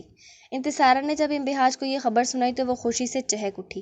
اس نے پھوپھی جان کے گھر کا نمبر ملایا، کال ریسیو کی گئی تو اس نے میسا سے بات کرنے کا کہا، لیکن نوری نے بتایا کہ اس کی طبیعت ٹھیک نہیں ہے، وہ ریسٹ کر رہی ہے، تو اس نے بھی فون بند کر دیا، پھر خود سے ہم کلام ہوئی۔ تو میسا، تم نے ذکوان خان کی قبر کو اپنی موجودگی سے آخر جنت بنا ہی ڈالا۔ وہ شخص جس کو مانگنے سے تم خوف محسوس کرتی تھی، آج پورا کا پورا تمہارا ہے۔ روایت اسے تم تک لائی تھی، لیکن تم نے اس کا باطن جیت لیا ہے۔ اس شخص کو جیت لیا ہے جس سے شادی کل تک تمہیں محبت ملنے کا دکھ لگ رہا تھا، آج اسی کے آنگن میں پھول مہکانے کی تیاری تم نے کر لی ہے۔ میں بہت خوش ہوں کہ میری ذات تمہاری خوشیوں کی بیچ رکاوٹ نہیں بنی۔ بس پتہ نہیں ابھی تک میں کیوں نہیں جیت پائی۔ درار سنان خان کا باطن۔ اس نے اپنا ظاہر تو بڑی ہی بے دردی سے مجھ پر احسان کر کے میرے حوالے کر دیا تھا، جس کی شاید ضرورت بھی مجھے نہ تھی، لیکن جس کی خواہش تھی وہ ابھی تک اس کا میرا نہیں ہو سکا۔ سچ کہتے ہیں لوگ، سب کو سب کچھ ملتا ہے، کہیں نہ کہیں کوئی نہ کوئی کسر، کوئی نہ کوئی کمی ضرور رہ جاتی ہے۔ یہ بات سوچتے وہ یہ بھی بھول رہی تھی کہ قدرت نے اس کے لیے بہت پہلے سے ہی ظاہر و باطن سمیت اس کا مقدر کر دیا تھا، تو پھر اس کی شکایت بنتی نہیں تھی، کیونکہ اس نے خود اپنے لیے خاموشی اور صبر کا راستہ چنا تھا، اور ان دونوں راستوں میں فتح دیر سے ہی نصیب ہوتی ہے، وہ بھی تب جب بندہ اپنے عہد پر قائم رہے۔ جب عہد ڈگمگانے لگے تو منزل مشکل ہو جاتی ہے۔ اللہ کو اس کی شاید یہی بات پسند تھی کہ وہ صبر اور خاموش رہ کر تھکتی نہیں تھی۔ جب بھی اسے لگتا وہ تھکنے لگی ہے، وہ اللہ سے گڑ گڑا کر اپنے لیے اور صبر مانگ لیتی، تو کیوں نہ پھر اس کی منزل اس سے قریب ہوتی۔ منزل قریب تھی، مگر بس اسے ابھی نظر نہیں آ رہی تھی۔ وہ وقت بھی دور نہیں تھا جب منزل اس کے قدموں میں ہوتی۔ جہارا بیٹی نے ماشاءاللہ سے اتنا اچھا خبر سنا ہے، تم اس کا گھر نہیں جائے گا کیا؟ صبح کہہ رہی ہیں بی بی جان، جانا تو ہے، میں جاؤں گی، رحمہ کو بھی ساتھ لے جاؤں گی، بلکہ آپ بھی ساتھ چلیں، مبارکباد کے ساتھ نکاح کی تاریخ بھی لے آئیں گے رضویٰ سے۔ انہوں نے اپنے طور پر بڑی درست بات کہی تھی۔ ہاں کہ تو تم ٹھیک رہے، تمہارا دارجی کو بھی ہم رات کہہ رہا تھا کہ تاریخ رکھ لو۔ لیکن بی بی جان، محجب و انتصارہ کے نکاح کا کیا ہوگا؟ انہوں نے فکر مندی سے وہ بات کہی جو انہیں پریشان کر رہی تھی۔ کی تھی ہم نے اس سلسلہ میں بھی بات تمہارے دارجی سے، انہوں نے کہا کہ ابھی پہلے سبھی کے نکاح سے فارغ ہو جائیں، پھر محجب کے بارے میں سوچیں گے۔ بی بی جان انہیں کیسے بتاتی کہ محجب و انتصارہ کے رشتے سے متعلق گفتگو میں کیا گڑبڑ چل رہی ہے، اس لیے تو سب کا دھیان وہاں سے ہٹانے کے لیے سبی اور یمامہ کے نکاح کا سوچا گیا تھا۔ وہ یونیورسٹی سے آئی تو کافی تھکی ہوئی تھی، آتی اپنے کمرے میں آرام کے لیے چلی گئی۔ رضویٰ بیگم کچھ دیر بعد دروازہ نوک کر کے اس کے کمرے میں داخل ہوئی۔ کیا بات ہے بچے، کھانا نہیں کھاؤ گی آج؟ انہوں نے نرمی سے پوچھا تھا۔ نہیں مورے، بس بھوکی نہیں تھی۔ وہ اس کے پاس بیڈ پر بیٹھ گئی۔ مجھے تم سے ایک ضروری بات کرنی تھی۔ انہوں نے جیسے تمہید باندھی تھی۔ جی مورے بولے، سب خیر تو ہے نا؟ ہاں، وہ آج پیر بیگم، راہمہ اور بی بی جان آ رہی ہیں تمہارے نکاح کی تاریخ طے کرنے۔ انہوں نے وہ بات کہہ دی جو وہ اس سے کہنا چاہتی تھی۔ میرے نکاح کی تاریخ؟ مگر اتنی جلدی بھی کیا ہے، ابھی تو میری اسٹڈیز بھی کمپلیٹ نہیں ہوئی، تو پھر ایسے میں شادی؟ میں سمجھ نہیں پا رہی۔ دیکھو بچے بیٹیاں جتنی جلدی اپنے گھر کی ہو جائے نا، اتنا ہی بہتر ہوتا ہے۔ اور پھر تم کون سا کسی غیر کے ہاں جا رہی ہو؟ اپنا ہی گھر ہے بی بی، انتصارہ پلوشے سب ہوں گے وہاں، تم فکر مت کرو۔ لیکن مورے پھر بھی کوئی پھر بھی نہیں، بس ڈیٹ فکس کر رہی ہوں میں آج۔ وہ اسے قطعی لہجے میں کہہ کر باہر آ گئی۔ اب وہ حقیقی معنوں میں چاہتی تھی کہ یمامہ اپنے گھر کی ہو جائے۔ درار آج شام کو یہ حویلی آ گیا تھا۔ آفس میں کام کم تھا تو اسے بہتر یہی لگا کہ گھر چل کر کچھ دیر آرام کیا جائے۔ وہ پورچ سے ہو کر سیدھا مردان خانے میں آیا جہاں دارجی بیٹھے ہوئے تھے۔ بخیر اگلے دارجی۔ بخیر اگلے بچے۔ وہ انہیں سلام کر کے گزرنے والا تھا جب پھر سے دارجی کی آواز سنائی دی۔ کدھر جا رہا ہے تم؟ یہاں ابھی قبیلہ سے لوگ آنے والا ہے، تم کو ادھر ہی بیٹھنا ہے۔ اس کا دل تو کیا تھا کہ کچھ الٹا سیدھا بول دے، لیکن پھر کیا کرتا، احترام بیچ میں آ گیا تھا۔ پھر خود کو قدرے کمپوز کر کے بولا، سوری دارجی، پر فی الحال میں بہت تھکا ہوا ہوں، آج کے دن میری جگہ آپ لوگوں کو ڈیل کر لیں پلیز۔ وہ کہہ کر ان کا جواب سننے کے لیے رکا نہیں تھا، جلدی جلدی سیڑھیاں چڑھ کر اپنے کمرے میں آ گیا۔ پیچھے دارجی بس اس کی حرکتوں پر ضبط کر کے رہ گئے تھے۔ اس نے کمرے کا دروازہ کھولا تو کمرہ خالی تھا۔ اسے خالی کمرہ دیکھ کر ایک عجیب سی جھرجھری آئی تھی۔ پتہ نہیں یہ ہر وقت کہاں گھومتی رہتی ہے، ایک جگہ سکون سے بیٹھا نہیں جاتا اس سے، ابھی بھی پتہ نہیں کہاں ہے۔ وہ خود سے کہہ رہا تھا کہ وہ چاہتا تھا کہ کہیں سے بھی آئے تو سب سے پہلے اس کا چہرہ نظر آئے۔ وہ ایسا کیوں چاہتا تھا، وہ اس بات سے یکسر انجان تھا۔ اس سے اپنا دل دھیرے دھیرے بے بس ہوتا محسوس ہو رہا تھا، لیکن وہ یہ بات ماننے سے انکاری تھا۔ دراز سنان خان اپنی ہار کیسے برداشت کرتا، یہ کیسے مانتا اس کے لیے کہ وہ اپنے آپ کو ہارا ہوا تصور کر رہا ہے۔ وہ وارڈروب کی طرف جانے لگا جب اس کی نظر پچھلے لان کی طرف پڑی اور اسے نیچے لان میں وہ بیٹھی ہوئی نظر آئی۔ نیوی بلو پلین کرتا وائٹ ٹراؤزر کے ساتھ پہنے، سر پر نیوی بلو دوپٹہ جمائے وہ چائے سے لطف اندوز ہو رہی تھی۔ ساتھ میں ٹائم پاس کے لیے کوئی میگزین بھی پکڑا ہوا تھا۔ نیوی بلو دوپٹے میں اس کی سرخ و سفید دودھیا رنگت اور بھی نکھر رہی تھی۔ سنہرے بال دوپٹے کے حالے سے جھانک رہے تھے۔ گہری سمندری آنکھیں میگزین کے مطالعے میں غرق تھیں۔ مخروطی انگلیوں نے چائے کے مگ کو تھام رکھا تھا اور وہ بار بار مگ اپنے خوبصورت انابی ہونٹوں تک لے کر جا رہی تھی۔ درار سنان خان کو اس ہستی پر اپنا دل رکتا ہوا محسوس ہوا تھا۔ اتنا حسن اس نے واقعی کہیں بھی کبھی بھی نہیں دیکھا تھا۔ وہ اتنی دیر لندن رہا تھا، ایک سے بڑھ کر ایک حسین لڑکی دیکھی، لیکن ان میں سے کوئی بھی امبہاج جیسی نہیں تھی۔ یہ شاید ان میں سے کوئی بھی درار سنان خان کی بیوی کے عہدے پر فائز نہیں تھی، اور کسی اور لڑکی کو اس نے اس نظر سے کبھی دیکھا بھی نہیں تھا جس سے وہ امبہاج کو اس لمحے دیکھ رہا تھا۔ وہ اس کی ہے، یہ استحقاق ہی اس کا سیر و خون بڑھا رہا تھا۔ اسے دیکھ کر ایک دلکش مسکراہٹ نے درار سنان خان کے چہرے کا احاطہ کیا تھا۔ وہ چینج کرنے واش روم کی جانب بڑھ گیا تھا۔ چینج کر کے باہر آیا تو اس کا رخ بھی پچھلے لان کی جانب تھا۔ وہ مردان خانے سے گزرنے کے بجائے اب کی بار اوپر سے ہی پچھلی سیڑھیوں سے لان میں آ گیا۔ وہ آف وائٹ شلوار قمیض میں ملبوس تھا۔ بھورے بال ہنوز ماتھے پر بکھرے ہوئے تھے جنہیں وہ ہاتھوں سے پیچھے ہٹا رہا تھا۔ وہ لان میں داخل ہوا تو وہ ابھی بھی اسی پوزیشن میں بیٹھی ہوئی تھی۔ بخیر اگلے۔ درار نے آہستہ سلام کیا۔ امبہاج نے چونک کر آواز کے تعاقب میں دیکھا۔ امبہاج نے چونک کر آواز کے تعاقب میں دیکھا اور حیران ہوئی تھی، پھر خود کو سنبھالتے ہوئے مسکرائی تھی۔ بخیر اگلے، آپ کب آئے؟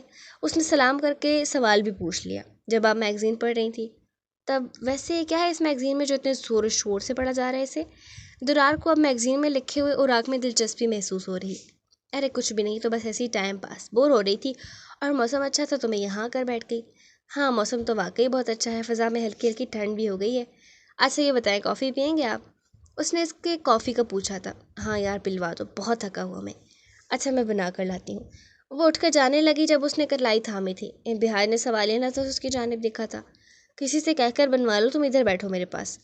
لیکن کس سے کہوں، خود ہی جانا پڑے گا مجھے۔ تم رکو میں خود ہی کہہ کر آتا ہوں۔ لیکن میں بنا لاتی ہوں نا۔ شش!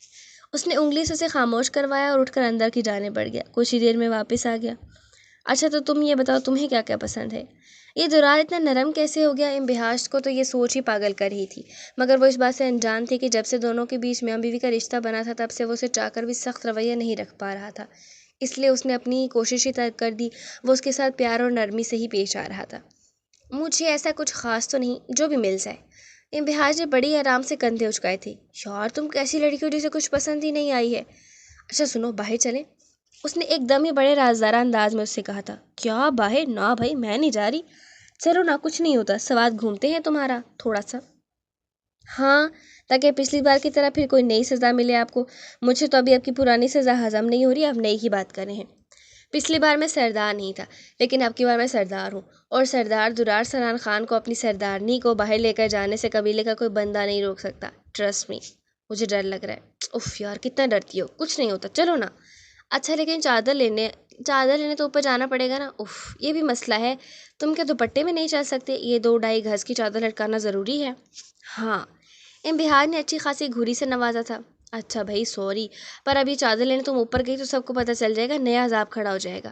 وہ ایک پل میں جھنجھلا گیا تھا۔ خان جی آپ کی کافی؟ درخت نے کافی لے کر اس کے سامنے آ چکی تھی۔ اب وہ واپس مڑنے لگی جب درار نے مخاطب کیا۔ سنو درخت نے، جا کر نا ہمارے روم سے بی بی کی شال لے کر آؤ جلدی، اور اپنا یہ جو منہ ہے نا اسے بند رکھنا۔ جی خان جی، جو حکم۔ وہ چلی گئی اور انبہاج حیرت سے اس دھوپ چھاؤں سے بندے کو دیکھ رہی تھی۔ کچھ ہی دیر میں درخت نے اس کی سیاہ شال لے کر آ گئی۔ انبہاج نے شال اوڑھی اور دونوں آگے پیچھے چلتے ہوئے درار کی ہیلکس تک آ گئے۔ درار نے چوکیدار سے گیٹ کھولنے کا کہا اور ساتھ میں کسی کو نہ بتانے کی تلقین بھی کی، پھر ڈرائیونگ سیٹ پر بیٹھ گیا۔ انبہاج پہلے ہی پیسنجر سیٹ پر بیٹھ چکی تھی۔ درار نے ہیلکس سٹارٹ کی اور حویلی کا آہنی گیٹ عبور کیا تھا۔ تیرا ساتھ مجھے تو ہمیشہ درکار تھا، ان راہوں پر تو مجھے چلنا ہی تھا۔ تجھ بن کیسی کٹی تھی زندگی، تیرے سنگ بیٹھ کر تجھے یہ بتانا تھا۔ میری چاہتوں کا سلسلہ بہت وسیع ہے، اب بس یہ یقین تجھے دلانا تھا، میں تیرے بن رہ نہیں پاؤں گی، اپنے لفظوں کو ثابت کر کے تجھے دکھانا تھا۔ ایمن خان۔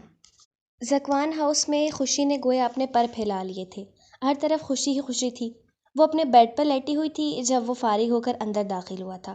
اس نے اس کو لیٹے ہوئے دیکھا تو مسکرا اٹھا۔ اسے آج میسا بے حد خوبصورت لگی تھی۔ وہ چلتا ہوا اس کے پاس آیا اور بیڈ پر بیٹھ گیا۔ اس نے میسا کا ایک ہاتھ اپنے ہاتھ میں تھاما۔ کیسی طبیعت ہے اب تمہاری؟ اس نے اس کی طبیعت کے متعلق پوچھا، لیکن میسا نے کوئی جواب دینے کے بجائے منہ ادھر ہی رکھا تھا۔ اسے زکوان سے اس صورتحال میں سخت شرم آ رہی تھی۔ یار اب کیا تم میری طرف دیکھو گی بھی نہیں؟ وہ اس کا منہ اپنی طرف کر رہا تھا۔ میسا نے نظریں نیچے جھکا لی تھی۔ Oh my god, are you blushing Mrs Zakwan? وہ ہنستے ہوئے اس سے کہہ رہا تھا۔ پلیز تنگ مت کریں مجھے آپ، وہ جھنجھلا کر اس سے کہہ رہی تھی۔ اچھا سوری نہیں کرتا، اٹھ کر بیٹھو، مجھے تمہیں کچھ بتانا ہے۔ اس نے سہارا دے کر اٹھنے میں مدد دی۔ کیا بتانا ہے آپ نے؟ سب سے پہلے تو آئی ایم ریئلی سوری میرے ایٹیٹیوڈ کے لیے، میں کبھی کبھی تم سے روڈ ہو گیا، لیکن موسٹلی میں چاہ کر بھی تم سے روڈ نہیں ہو پایا۔ میسا خاموشی سے اس کو سن رہی تھی۔ اسے اس لمحے اسے سننا اچھا لگ رہا تھا۔ میں نہیں جانتا تھا کہ میں اتنی جلدی تمہارے آگے ہار جاؤں گا۔ زکوان شیر خان نے زندگی میں کبھی ہارنا نہیں سیکھا ہے، لیکن زندگی میں پہلی بار میں خود کو بے بس اور ہارا ہوا محسوس کر رہا ہوں، اور وہ کوئی اور نہیں بلکہ تم تھیں۔ تم میری زندگی میں آنے والی وہ نعمت تھی جس کی میں اپنی زندگی میں ہی ناشکری کرتا رہا، لیکن مجھے یہ کہنے میں آج نہ تو کوئی عار ہے اور نہ ہی شرم کہ بلا شبہ زکوان شیر خان پورا کا پورا تمہارا ہے۔ اس کا ظاہر بھی تمہارا ہے اور اس کا باطن بھی تمہارا ہے، اس میں اب کوئی اور نہیں آ سکتا۔ اور وہ اپنی بات ختم کر چکا تھا۔ اس نے جواب میں میسا کی جانب دیکھا جو بالکل خاموش تھی، بس اس کا چہرہ آنسوؤں سے بھیگا ہوا تھا۔ تم رو رہی ہو میسا؟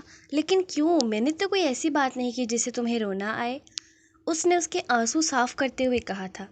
میں بس اس لیے رو رہی تھی کہ اللہ بھی کتنا مہربان ہے نا اپنے بندے پر، کبھی کبھی وہ اس کے دل کی باتیں کیسے بغیر کہے ہی جان لیتا ہے کہ میرا بندہ مجھ سے یہ چاہتا ہے، اور پھر وہ وہی اس کو دے دیتا ہے جیسے اس نے آپ کو مجھے دیا۔ تو تم کیا مجھے شروع سے چاہتی تھی؟ زکوان کو اسے سننے میں مزہ آ رہا تھا۔ ہاں، شروع سے بہت محبت کرتی ہوں میں آپ سے۔ جب آپ نے حویلی میں آ کر بی بی کا رشتہ مانگا تھا نا تو میرا بہت برا حال تھا، پھر بی بی میرے پاس آئی تھیں، انہوں نے مجھے سمجھایا تھا۔ کیا سمجھایا تھا؟ یہی کہ روایت آپ کو مجھ تک لے آئیں گی، لیکن آپ کی زندگی میں اپنا مقام میں نے خود بنانا ہے۔ جس قبر میں پاؤں رکھنے والی ہوں اس قبر کو جنت میں نے بنانا ہے، آپ کا باطن جیت کر۔ اور دیکھ لیں، آپ نے خود کہا کہ میرا ظاہر اور باطن صرف تمہارا ہے، تو میں جیت گئی آج۔ اس نے اپنے آنسو صاف کرتے ہوئے سر ذکوان کے شانے سے ٹکایا تھا۔ ذکوان نے اس کا سر سہلاتے ہوئے لب اس کے بالوں میں رکھے تھے۔ Thank you for every thing you did for me, thank you for making me father, I just say Misa ذکوان Khan, ذکوان Khan really loves you, you complete ذکوان Khan. وہ بول رہا تھا اور میسا کو اپنے اندر سکون کی لہر اترتی ہوئی محسوس ہو رہی تھی۔ بے شک کسی کا صبر کبھی بھی رائے گا نہیں جاتا، اور یہ میسا کو آج اپنے سامنے سمجھ آ گیا تھا۔ اچھا تم ریڈی ہو جاؤ، حویلی سے تمہارے مورے بی بی جان آ رہی ہیں صبح سبھی اور یہ ماما کے نکاح کی ڈیٹ لینے کے لیے۔ اوکے میں تھوڑی دیر میں نیچے آتی ہوں ریڈی ہو کر۔ ہاں لیکن آرام سے آنا۔ اوکے۔ وہ باہر چلا گیا جبکہ وہ آئینے کے سامنے چلی گئی اور خود کا عکس آئینے میں دکھا جہاں ذکوان کی محبت کے جگنو چمک رہے تھے۔ مائی ذکوان خان، اس نے اترا کر آئینے کے سامنے کھڑے ہو کر کہا، کیونکہ وہ مغرور اور پرکشش مرد اس کا تھا، لیکن اس لمحے میسا کو اس کے چہرے پر غرور کی ایک رمق بھی نظر نہیں آئی، جیسے سب کچھ پیچھے کہیں رہ گیا تھا۔ یہ تو دنیا ہی الگ تھی جس میں وہ تھی، ذکوان تھا اور ان کی آنے والی خوبصورت زندگی۔ وہ کپڑے لے کر چینج کرنے چلی گئی۔ رکو میری بات سنو، محجم نے لان میں جاتی انتصارہ کو پیچھے سے پکارا تھا۔ جی بولیں کیا بات ہے؟ اس نے ابرو اچکا کر اس سے پوچھا تھا۔ یار کتنی غلط بات ہے کہ تم مجھ سے ملتی نہیں ہو، وہ عارضی منہ پھلا کر اس سے کہہ رہا تھا۔ کیونکہ اب ہماری شادی ہونے والی ہے نا، تو ایک ہی دفعہ ملوں گی آپ سے۔ کتنی بری ہو گئی ہو تم، محجم نے اسے مصنوعی غصے سے کہا تھا۔ آپ بات سمجھے تو صحیح، میں کیسے ملوں اب جب گھر میں لالا اور یہ ماما کی شادی کی تیاری شروع ہونے والی ہیں؟ ان دونوں کی شادی کرا رہے ہیں، ہم معصومہ کو تو کسی کو خیال ہی نہیں ہے۔ ہمارا خیال بھی بس کرنے ہی والے ہیں، آپ اتنی ٹینشن کیوں لیتے ہیں ہر بات کی؟ بس پتہ نہیں، میرا دل کر رہا ہے جلدی سے شادی ہو جائے اور تم میری ہو جاؤ۔ انشاءاللہ ایسا ہی ہوگا، آپ ٹینشن مت لیں، اللہ سب بہتر کرے گا۔ وہ اسے کہتی پلٹ کر واپس اندر چلی گئی جبکہ وہ وہیں لکڑی کی کرسی پر بیٹھ گیا۔ اسے مسلسل کچھ غلط ہونے کا احساس ہو رہا تھا جسے وہ سمجھ نہیں پا رہا تھا، بس اللہ سے بہتر ہونے کی دعا کر رہا تھا۔ اس بات سے انجان کے سب بہتر ہونے کی دعا اس کی قبول کر لی گئی ہے، لیکن سب بہتر اللہ نے اپنے انداز میں کرنا تھا۔ وہ سوات کی خوبصورت سڑک پر گاڑی دوڑا رہا تھا، جہاں ایک طرف کھائی تھی تو دوسری طرف پہاڑ۔ امبہاج اس کو بہت بار ٹھیک طریقے سے گاڑی چلانے کا کہہ چکی تھی، کیونکہ کھائی اتنی گہری تھی کہ اسے خود خوف آ رہا تھا۔ پلیز دھیان سے چلائیں نا، کتنا خراب راستہ ہے، میں اسی لیے نہیں آ رہی تھی، لیکن آپ کو پتہ نہیں کون سا نیا سردار بن کر جوش چڑھا تھا۔ یار یہ بات تم پچھلے آدھے گھنٹے میں 15ویں بار کہہ چکی ہو، تمہارا شوہر کو اتنا کچا ڈرائیور نہیں ہے جو ایک ہیلکس صحیح سے نہ چلا سکے۔ لندن میں لیمن گنی چلائی ہوئی ہے میں نے۔ مسٹر سردار، ویسے کیا آپ نے کبھی غور کیا ہے کہ آپ کس حد تک خود پسند انسان ہیں؟ وہ کھلے عام اس کی ذات پر بڑے دھڑلے سے تبصرہ کر رہی تھی۔ خود پسند؟ اور میں؟ اس نے گاڑی چلاتے ہوئے اپنی طرف اشارہ کیا تھا۔ جی اب آپ پوچھیں گے کہ وہ کیسے، تو میں آپ کو بتا دوں کہ وہ ایسے، آپ کہتے ہیں لندن میں میرے شوہر کے پیچھے لڑکیاں پاگل تھیں، وہ ایسے کہ آپ بڑے اچھے ڈرائیور ہیں۔ مسز امبہاج، آپ کچھ زیادہ اپنے شوہر کے بارے میں نہیں بول رہی؟ اس نے اپنی مسکراہٹ ضبط کرتے ہوئے مصنوعی سنجیدگی سے کہا تھا۔ امبہاج کی قیاس آرائی 1 منٹ میں سمٹی تھی۔ آپ کو برا لگا ہے میرا آپ کے بارے میں بات کرنا؟ اوکے سورے، اب نہیں کروں گی میں۔ امبہاج نے 1 منٹ میں خاموشی اختیار کی تھی۔ ارے نہیں یار، مجھے بالکل بھی برا نہیں لگا، بلکہ اچھا لگا کہ کسی نے میری اصلاح کی۔ یہ کیا ہو رہا تھا؟ درار سنان خان کو اچھا لگ رہا تھا کہ کوئی اس کی اصلاح کر رہا ہے۔ امبہاج تو جتنا حیران ہوتی اتنا کم تھا۔ اچھا یہ بتاؤ کہاں چلنا ہے تم نے پہلے؟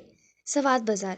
میں نے سنا ہے سوات بازار بہت خوبصورت ہے اور وہاں سے یہاں کے علاقائی کپڑے اور شالز بہت اچھی ملتی ہیں، تو چلو پھر سوات بازار ہی چلتے ہیں۔ اس نے جی پی ایس آن کیا اور سوات بازار کی لوکیشن ڈالی۔ سچ تو یہ تھا کہ اسے بالکل بھی سوات کے راستوں کا اندازہ نہیں تھا۔ گاڑی سیدھی سوات بازار رکی تھی۔ درار اور امبہاج دونوں گاڑی سے اترے تھے اور اندر چلے گئے تھے۔ بازار واقعی از حد خوبصورت تھا۔ رنگا رنگ سوات کے علاقائی ملبوسات، کشمیری طرز کی جیولری، پشمینہ کی بیش قیمتی اور خوبصورت شالز، کڑھائی والے کرتے اور بیگ، کتنا خوبصورت تھا یہ سب، اسے اچھا لگ رہا تھا یہاں آ کر۔ درار اسے لے کر ایک شاپ میں آیا تھا جہاں بیش قیمت اور خوبصورت ہر رنگ میں، ہر سٹائل میں شال موجود تھی۔ ہم یہاں کیوں آئے ہیں؟ امبہاج نے الجھ کر درار کی جانب دیکھا۔ 1 منٹ رکو ذرا، ابھی پتہ چل جائے گا۔ اس نے خاموش رہنے کا اشارہ کیا اور سیل مین سے ایک مہرون رنگ کی شال نکلوائی۔ شال بے انتہا خوبصورت تھی، پلین مہرون کلر کی شال جس کے چاروں طرف خوبصورت بلیک کڑھائی ہوئی تھی۔ درار کا ارادہ اسے ایک شال لے کر دینے تھا۔ یہ آپ پیک کر دیں۔ یہ لیڈیز شال آپ کس کے لیے لے رہے ہیں؟ اب کی بار امبہاج نے دانت پیس کر کہا تھا۔ یار کتنی لیڈیز ہیں جو میری بیوی ہیں، تم پاگل ہو یا مجھے دیکھ کر ایکٹنگ کرتی ہو؟ اب ظاہر سی بات ہے تمہارے لیے لے رہا ہوں۔ کیا میرے لیے؟ امتحان نے پوری آنکھیں کھول کر اس کو دیکھا تھا۔ بے ساختہ اس نے دل میں اللہ کا شکر ادا کیا جسے اس کا صبر لگتا تھا پسند آ گیا ہے۔ وہ شکر گزار تھی اللہ کی جس نے اس شخص کو اس کے حق میں نرم کیا تھا، اس کے دل میں رحم ڈالا تھا۔ اچھا پھر میں بھی آپ کے لیے کچھ لیتی ہوں۔ اوہ تو تم بدلہ چکا رہی ہو؟ درار نے حیرت سے اسے دیکھا تھا۔ نہیں بدلہ نہیں چکا رہی، دوستی کی شروعات کر رہی ہوں، امتحان نے ایسے ہی روانی میں کہہ دیا۔ دوستی؟ یہ دوستی ویسے کب ہوئی ہمارے درمیان؟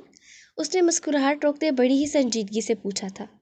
چلو نہیں ہوئی تو اب کر لیتے ہیں، تو مسٹر سردار درار سرار خان، کیا آپ امتحان صالح خان کے دوست بنیں گے؟ اس نے اس کے آگے ہاتھ کرتے ہوئے جھجکتے ہوئے پوچھا تھا۔ اس سارے عرصے میں اسے نئے سرے سے درار سے عشق ہوا تھا اور اسے کوئی غم کوئی پچھتاوا نہیں ہو رہا تھا۔ وہ پہلے بھی اس کی تھی جب وہ اس کی ذات کی نفی کرتا تھا، اب اگر نفی نہیں بھی کرتا تھا تو بھی اسی کی ہے۔ مسز امتحان درار، میں سوچ کر جواب دوں گا، ٹھیک ہے نا؟ اسے اس کو تنگ کرنے میں مزہ آ رہا تھا۔ لے بھلا اس میں سوچنے کی کیا بات ہے، ایک دوستی ہی کرنی ہے، کوئی دنیا فتح نہیں کرنی ہے اپنے سردار صاحب۔ یہ میرے سردار بننے سے کیا چڑ ہے تمہیں جو اتنا کھینچ کر مجھے سردار صاحب کہتی ہو تم؟ کچھ نہیں، ایسے ہی بتائیں، دوستی کے نہیں؟ اچھا بھائی ہاں، پکی والی دوستی۔ اس نے اس کا بڑا ہوا نرم ہاتھ تھام لیا تھا۔ ہاں میں آپ کو ایک گڈ نیوز دینا تو بھول ہی گئی۔ کون سی گڈ نیوز؟ اب وہ دونوں اس دکان سے نکل کر ساتھ ساتھ چلتے ہوئے جا رہے تھے۔ کیسے بتاؤں؟ امتحان کو درار کو میسا کی پریگنینسی کا بتاتے ہوئے بہت شرم آ رہی تھی۔ ایسا کیا ہے جو تم اتنا سوچ رہی ہو؟ وہ اصل میں میسا از ایکسپیکٹنگ۔ اس نے جلدی جلدی روانی میں جملہ بولا تھا۔ واٹ؟ کیا ہوا؟ نہیں کچھ نہیں، چلو چلتے ہیں آگے۔ درار کو ذکوان کے دوگلے پن پر از حد غصہ آ رہا تھا۔ کیا تھا وہ انسان، درار کو سمجھ نہیں آ رہا تھا کہ وہ اس خبر پر کس طرح سے بیہیو کرے۔ خیر وہ امتحان کو کچھ بھی ظاہر نہیں کرانا چاہتا تھا۔ امتحان خوش تھی اور فی الحال یہ درار کے لیے کافی تھا۔ اسے امتحان کو جاننا اور سمجھنا اچھا لگ رہا تھا۔ وہ اس کے بارے میں اور جاننا چاہتا تھا، اس لیے وہ اس کے ساتھ کچھ وقت گزارنا چاہتا تھا۔ اسے پتہ تھا آج مورے اور بی جان سبھی کی شادی کی ڈیٹ لینے گئی ہیں تو وہ امتحان کو کچھ شاپنگ کرانا چاہتا تھا، خود اپنی مرضی سے۔ بلائٹ کلرز کی درار کو اس پر برائٹ کلرز اچھے لگتے تھے، اس لیے اس نے میرون شال لی تھی کیونکہ میرون کلر امتحان کو بہت سوٹ کرتا تھا۔ اس کے بعد بھی اس نے بہت سی شاپنگ کروائی اور پھر دونوں شام سے پہلے حویلی واپس آ گئے۔ شکر تھا کسی کو پتہ نہیں چلا ورنہ ایک اور نئی مصیبت پڑ جانی تھی۔ وہ کچھ ہی دیر میں چینج کر کے نیچے آئی تو مورے، چھوٹی بیگم اور بی جان موجود تھی۔ بخیر اگلے بی جان، اس نے پہلے بی بی جان کو سلام کیا تھا۔ جیتا رہے ہمارا بچہ، سدا خوش رہے، مبارک ہو تم کو، اتنا اچھا خبر سنایا تم نے ہم کو۔ بی جان نے اپنی پوٹلی سے ہزار ہزار کے چند نوٹ نکال کر اس پر سے وارے تھے اور پاس کھڑی ہوئی نوری کو پکڑا دیے تھے۔ بہت شکریہ بی جان، کیسی ہیں آپ؟ میسا نے بہت محبت سے ان کا حال پوچھا تھا، پھر وہ اپنے مورے اور چچی جان کو ملی تھی۔ شکر اللہ کا ہم ٹھیک ہے، تم اپنا خیال رکھنا بہت، اور احتیاط کرنا ہے، تم ہمارا بچی کا خیال رکھنا۔ بی بی جان نے ذکوان کو ایک دھپ رسید کرتے ہوئے کہا تھا۔ جی بی بی جان، جو حکم، پورا خیال رکھوں گا۔ تمہارا مورے کہاں ہے؟ اس کو ادھر بلاؤ، ہم اس کو ملنے کے واسطے آیا ہے۔ جی آپ بیٹھے، نوری تم مورے کو دیکھو۔ جی خاں جی، وہ کہہ کر چلی گئی اور ذکوان میسا کے برابر بیٹھ گیا۔ ہمارا پوتی کو کوئی تکلیف نہیں ہونا چاہیے، ورنہ تم پھر جانتا ہے ہم کو۔ بی بی جان پلیز۔ میسا نے بی جان کو خاموش کرانے کی کوشش کی تھی مگر وہ تو ذکوان پر برس ہی رہی تھی۔ آج ذکوان کو بی جان کی اتنی فکر کرنے پر ہنسی تو بہت آ رہی تھی مگر ضبط سے بیٹھا رہا تھا۔ بچے مبارک ہو تمہیں بہت بہت، اب کی بار پیر بیگم نے نرمی سے کہا تھا۔ بہت شکریہ پیر بیگم، آپ کو بھی مبارک ہو، اس نے بھی مسکرا کر کہا تھا۔ پیر بیگم کو میسا کو خوش دیکھ کر قدرے اطمینان ہوا تھا ورنہ وہ میسا کی وجہ سے فکر مند ہی رہتی تھی۔ کچھ ہی دیر میں رضوہ بیگم آتی ہوئی دکھائی دی، سوجی ہوئی آنکھ جس کے پاس نیل تھا، ہونٹ کے پاس بھی زخم کا نشان تھا، سب انہیں دیکھ کر بے حد پریشان ہوئے تھے۔ رضوہ یہ کیا ہوا ہے آپ کو؟ رحمہ بانو نے حیرت سے پوچھا تھا۔ ارے کچھ نہیں چھوٹی بیگم، میں سیڑھیوں سے گر گئی تھی۔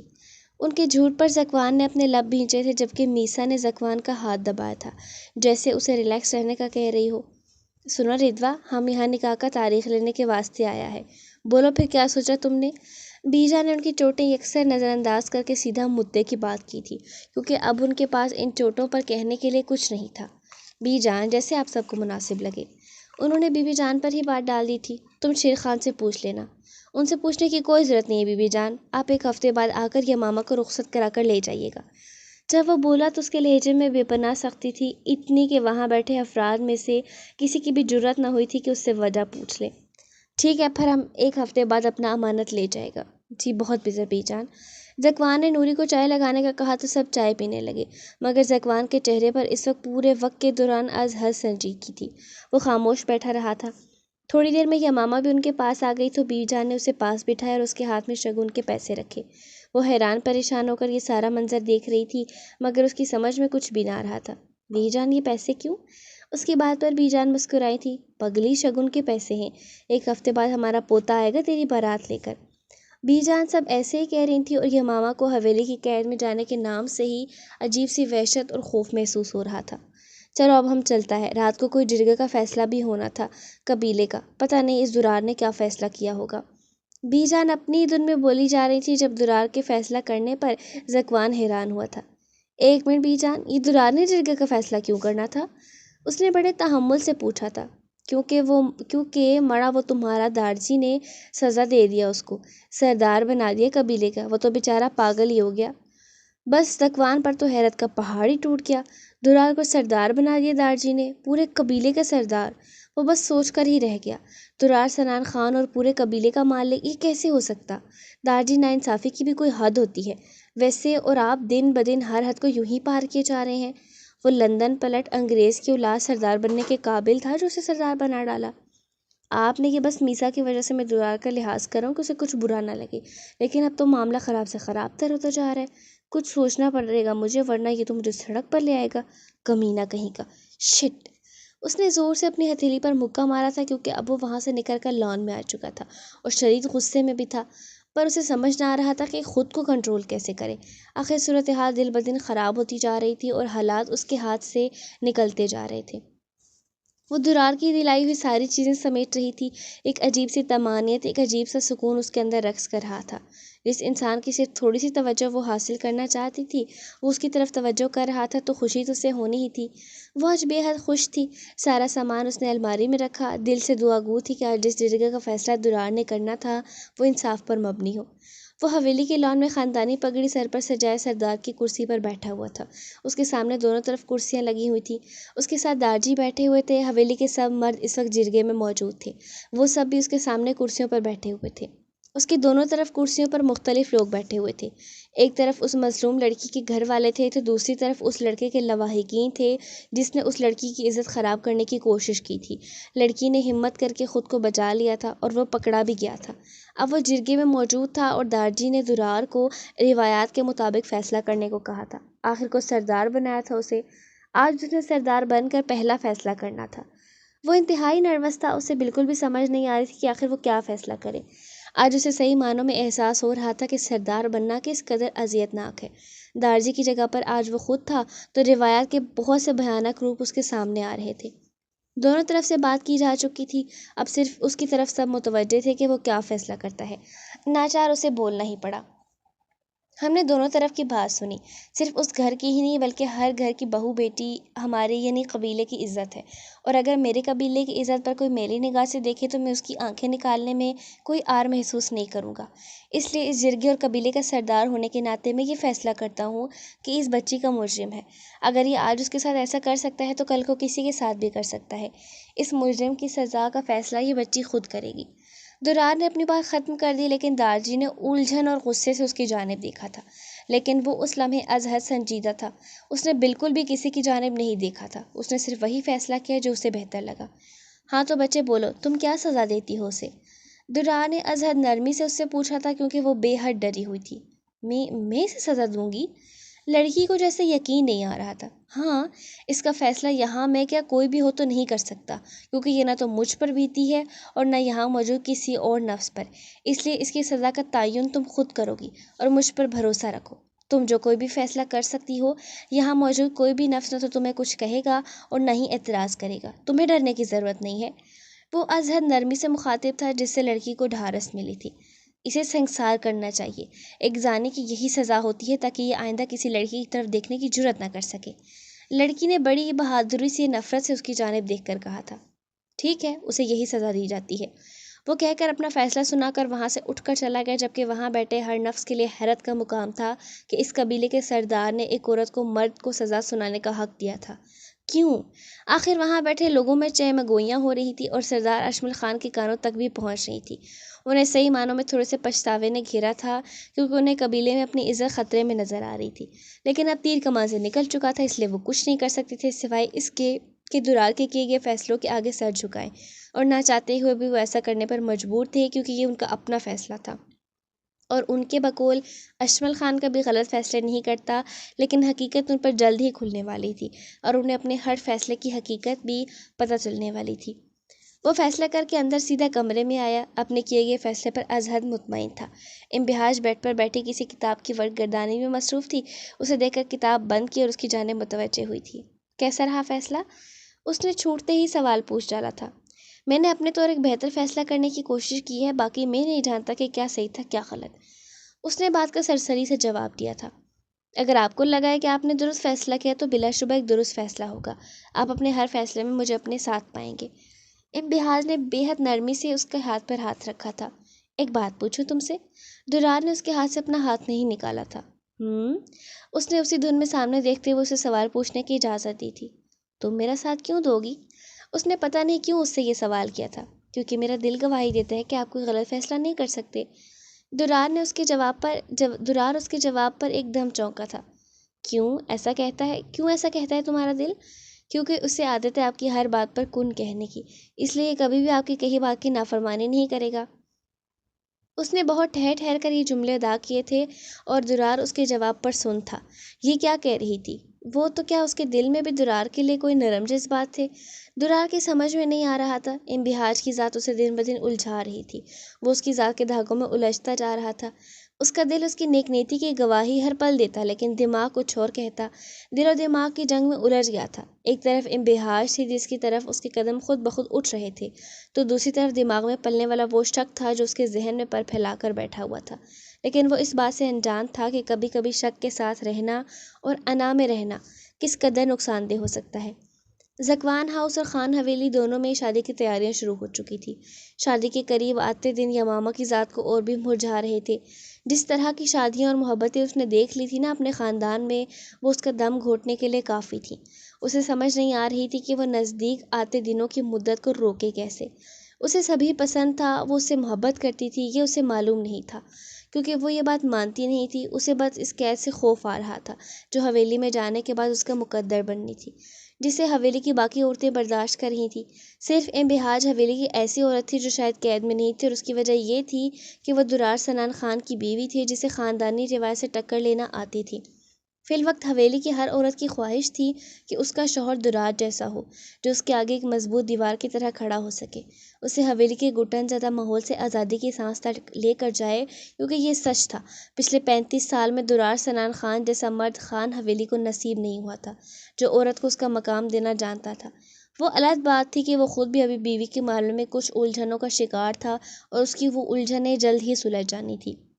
ارے کیا بات ہے، تو صبح ہی صبح رہ گیا؟ تیری شادی ہو رہی ہے ایک ہفتے بعد، اور ایک میں ہوں جسے سب سے زیادہ شادی کا شوق ہو رہا تھا، اور وہ ابھی ویسے کا ویسے ہی بیٹھا ہوا ہے۔ محجب آوازاریاں کرتا ہوا سبھی کے کمرے میں آیا تھا۔ ایک تو میں نے تیسرے جیسا خود غرض بندہ اپنی زندگی میں نہیں دیکھا، ہر وقت اپنے ہی بارے میں سوچنا تو۔ اس نے گھور کر محجب کی فرزودہ شکل دیکھی تھی۔ تو کیا کروں؟ کیا ہو جاتا اگر تیرے ساتھ میرا بھی نکاح پڑھوا دیتے؟ اپنی الگ شادی کروانا، تو نے ضرور میری شادی میں کودنا ہے؟ اب خود غرضی سے کون سوچ رہا ہے؟ محجب نے ایک ابرو اچکا کر سبھی کی جانب دیکھا تھا۔ اچھا نا یار، سوری، مجھے آگے ہی بہت ٹینشن ہو رہی ہے۔ ٹینشن کس بات کی ہو رہی ہے؟ خوش ہو بیٹا، شادی ہے آپ کی۔ محجب اس کے پاس بیٹھ گیا۔ یار میں دھام لالا جیسا شوہر نہیں بننا چاہتا، اس نے بہت آہستہ سے اپنی ٹینشن بتائی تھی۔ کیا مطلب ہے اس بات کا؟ محجب نے کچھ حیرت اور الجھ کر اس کی جانب دیکھا تھا۔ یار میں ایسا شوہر نہیں بننا چاہتا جو اپنی بیوی کے لیے کھڑا نہ ہو سکے، اسے گھٹ گھٹ کر اس گھٹن زدہ ماحول میں جینے کے لیے چھوڑ دے۔ مجھے درار لالا جیسا شوہر بننا ہے جو کبھی بھی ان فضول روایتوں سے ڈرتے نہیں، بلکہ جب بھی بیوی کی بات آتی ہے وہ ان کے سامنے کھڑے ہو جاتے ہیں۔ میں بھی ہمیشہ یمامہ کے آگے کھڑا رہنا چاہتا ہوں تاکہ وہ یہ نہ سوچے کہ وہ قید خانے میں آ گئی ہے۔ وہ کہہ کر خاموش ہو گیا تھا۔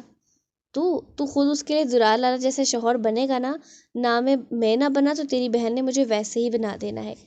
مجھے بہت آہستہ سے بولا تھا، مگر چونکہ وہ سبھی کے قریب تھا اس لیے اس نے سن لیا تھا۔ کیا مطلب؟ اب کچھ نہیں یار، اب تیری شادی آ رہی ہے، مجھے شاپنگ کرنی پڑے گی، چل تو میرے ساتھ۔ پھر دونوں ساتھ چلتے اس کے کمرے سے باہر آ گئے تھے۔ ان کا ارادہ اب مارکیٹ جانے کا تھا۔ کیا ضرورت تھی اس لڑکے کو اس لڑکی کا فیصلہ کرنے کا کہنے کے لیے؟ داجی ابھی ابھی مردان خانے میں آئے تھے اور بے انتہا غصے میں نظر آ رہے تھے۔ ان کے سامنے پیر خان اور چھوٹے خان بیٹھے ہوئے تھے۔ لیکن داجی، دیکھا جائے تو اس کا فیصلہ غلط نہیں تھا۔ چھوٹے خان نے درار کی حمایت کی تھی۔ اتنا سالوں سے ہم فیصلہ کرتا آ رہا ہے، ایسا شرمندگی ہم کو کبھی اٹھانا نہیں پڑا جیسا آج اس لڑکے کی وجہ سے ہم کو اٹھانا پڑا ہے۔ تو داجی، سردار بھی اسے آپ نے ہی بنایا، وہ خود تو نہیں بنا۔ اب آپ کو اس کے فیصلوں کو ماننے کی عادت بھی ڈالنی چاہیے۔